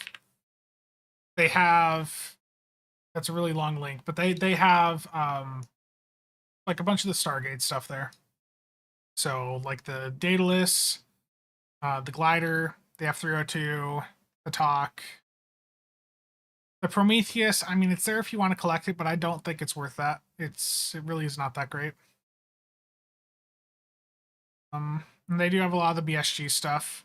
Master Replicas hasn't advertised it yet, but Master Replicas does have the license to make more BSG stuff, it seems.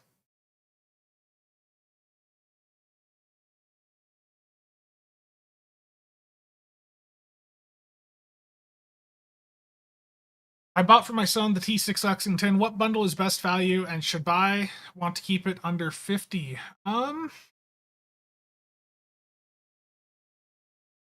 If you're waiting for a full bundle sale, there's the Mirror Universe bundle in the C store, and during a 35% sale, that will go to 39 bucks. And that's going to get you the Legendary Gal X and all of the accessories that come with all of the Legendary, or all of the Galaxy X variants that were released up to that point. I think that bundle's pretty good value. Aside from that, for under 50,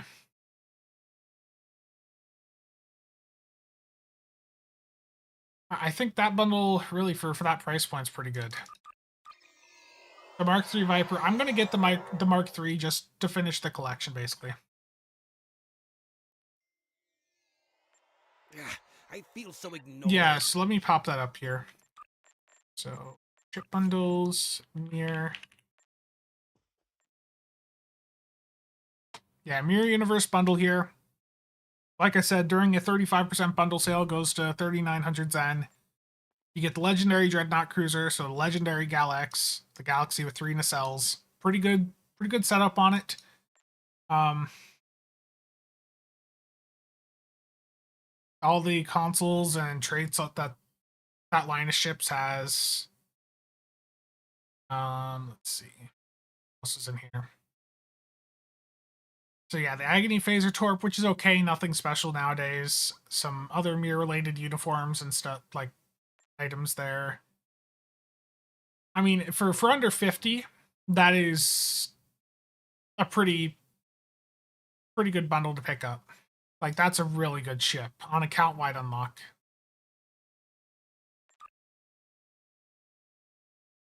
The last time there was a 40% bundle sale was summer of 22. Are there any Vipers I don't have at this point? I don't have the Starbuck Viper yet, and I don't have the hot dog one that they just put out. I don't have the Mark 1. I just was not interested in the original BSG stuff. I wanted the like 2004 BSG items.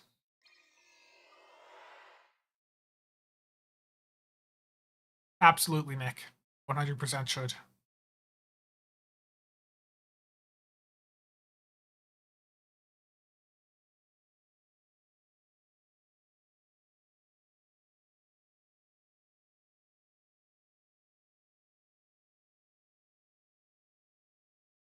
Yeah, hold on.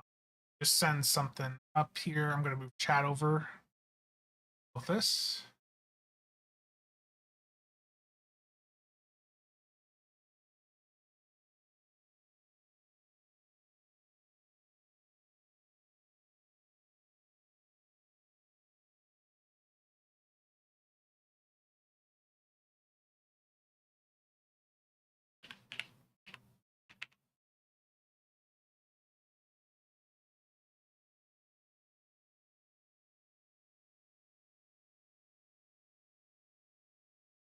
Sell the key, John. Sell it.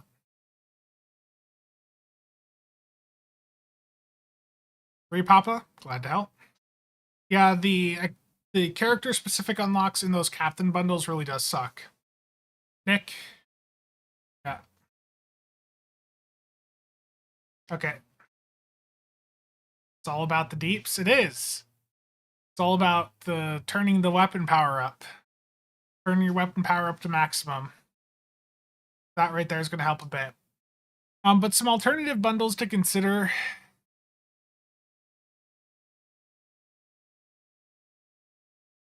The issue with Stowe is a lot of the like really impactful bundles are like these newer legendary ones that are like 7,800 Zen during a sale.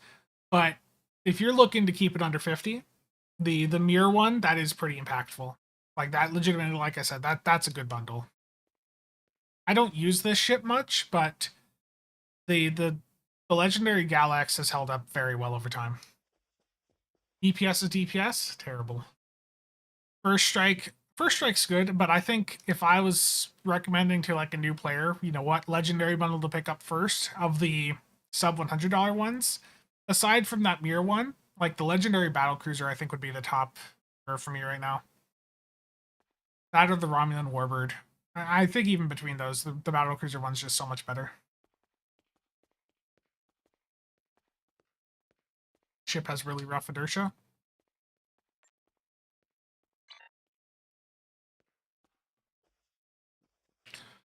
I only use the Delkina? No, never. I never. You think that's the only ship I ever use? Free Papa, thank you for the 10. Very much appreciated. We are. That funding goal has just been blown through.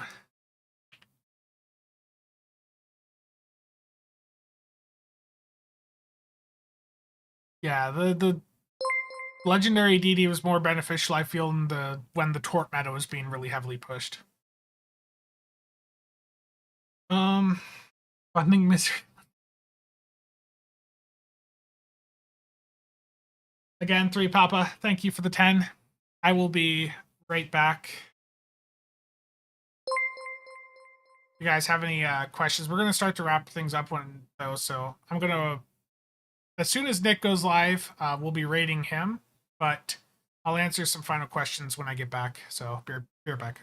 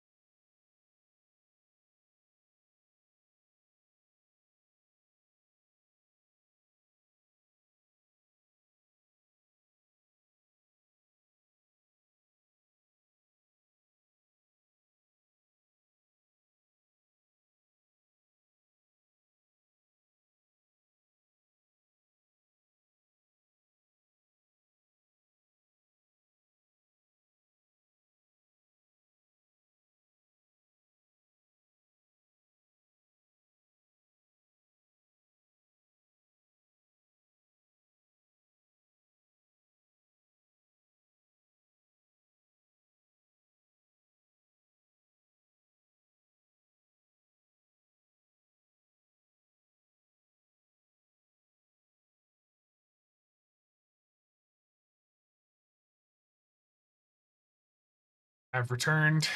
Let's see here. What questions do we have?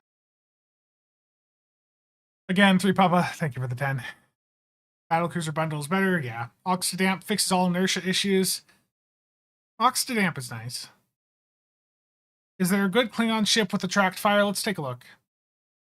So, sortable, filterable ship list. Let's see.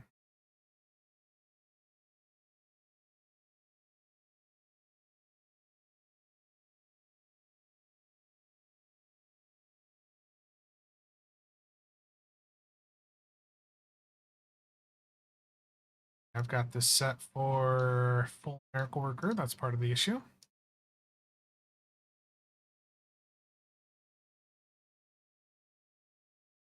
So, a Klingon ship with a tracked fire.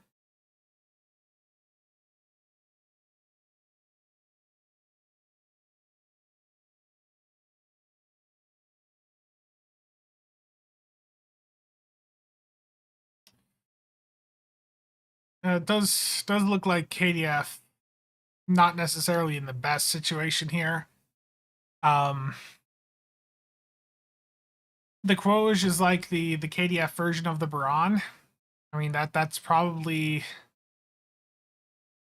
but that ship sort of sucks. Like it's max of Lieutenant TAC, but I mean at least you could have 6 TAC abilities on it if you want. Um, I mean the D7 America Worker Flight Deck Carrier, like that. If you have access to that, you could make it a tank platform if you wanted. The Taiga Core, otherwise, that command battle cruiser from way back.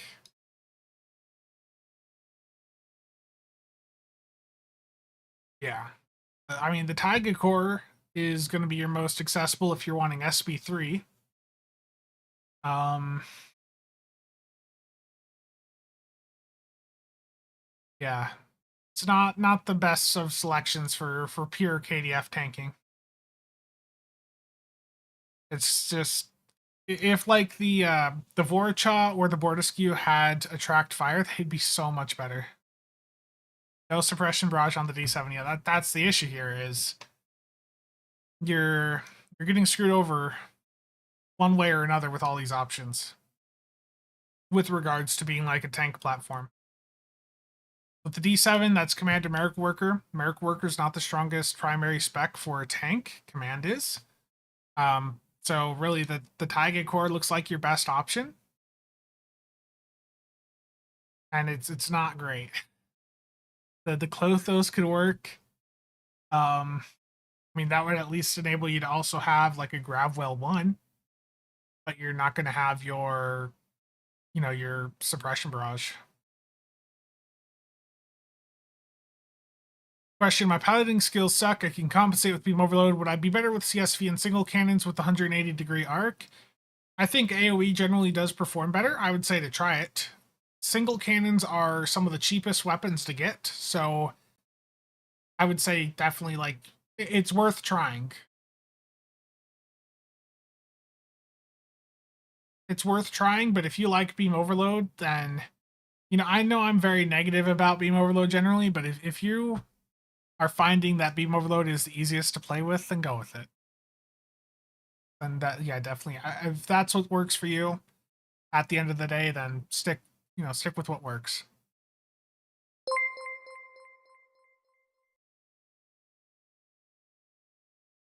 Master Dude, thank you for the casual membership there. Doing good? Good. And the Twitch sub as well. Thank you.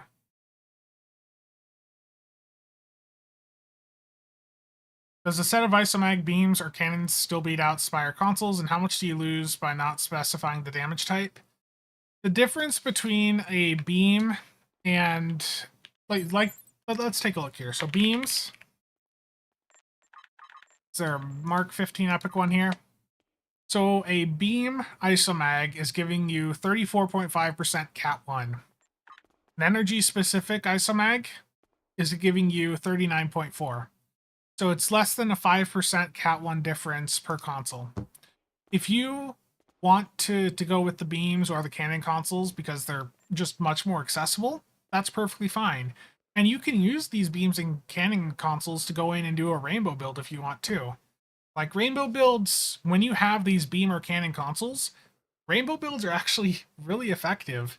So they are a nice alternative, especially if you like to swap between damage types a lot.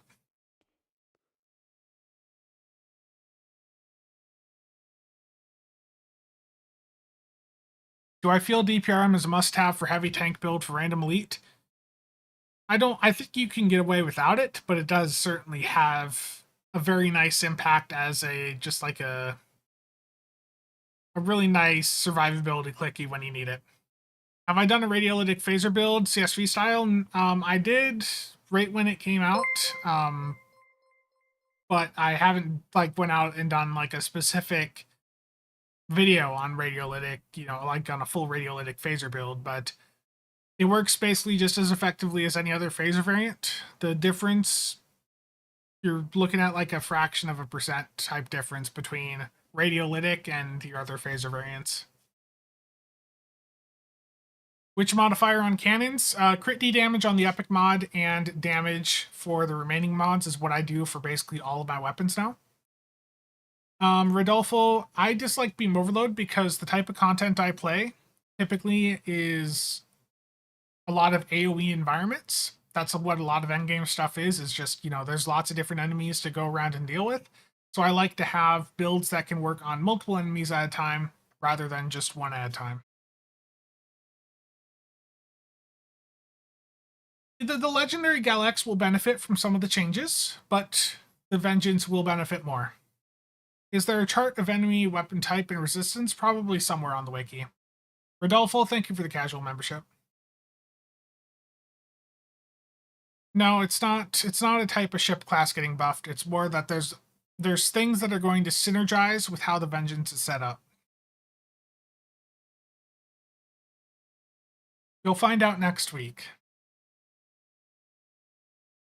Do the radiolytic phasers work well with Vaulting Ambition? From my understanding, it might be a good combo. Yeah, that would be a good combo.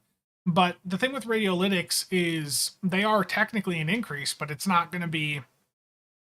You're not likely going to see much of a change when you're actually playing the game. Best build for Legendary Vorcha? It's a really good torque boat. A lot of people use it as a torque boat.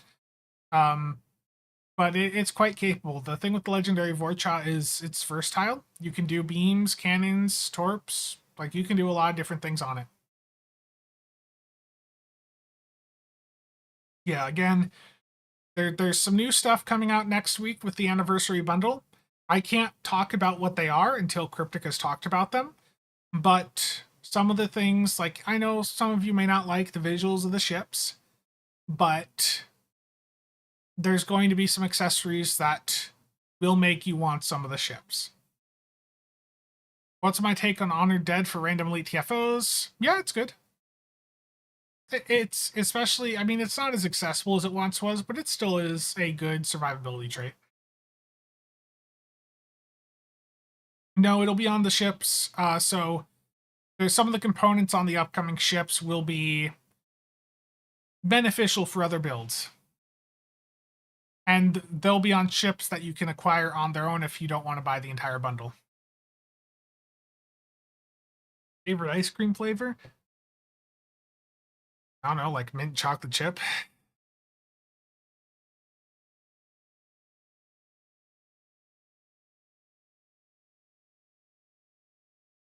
Yeah.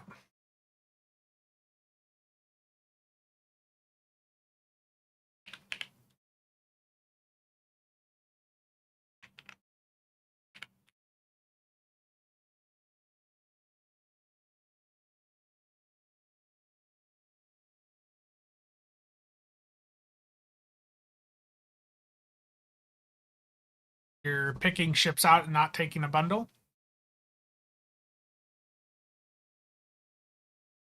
The next Zen sale should be Thursday.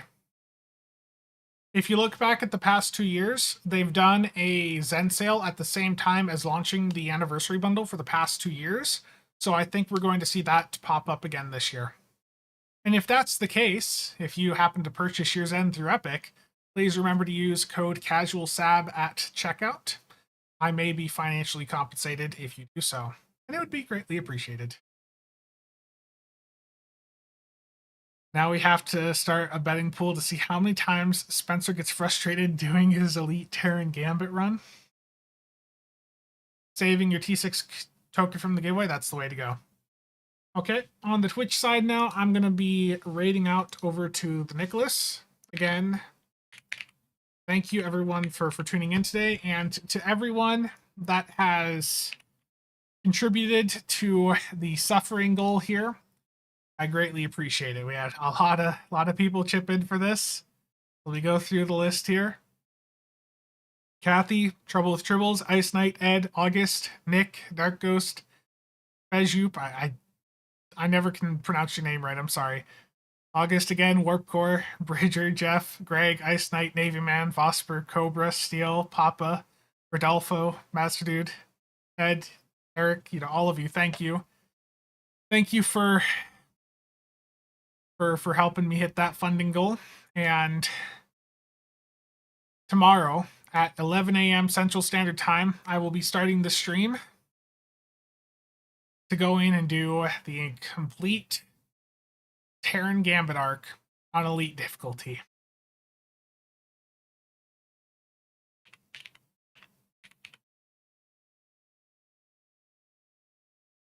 Oh my. Lamola, how's it going? Okay, I'm going to raid out on the Twitch side. I'm going to send people over to Nick over there. And let me shut the Twitch side off.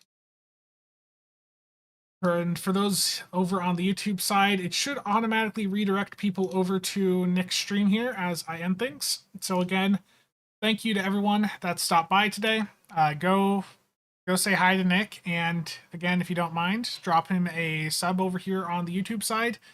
If he gets up to 1,000 subs, he is going to do a 1,000 key opening on the live server. And he's going to be giving away one of the ships, at least one of the ships that he's getting from his opening. So if you want to watch some live gambling and you want a chance to win a ship, then make sure to go follow him. Again, thank you all for tuning in, and we'll see you guys around.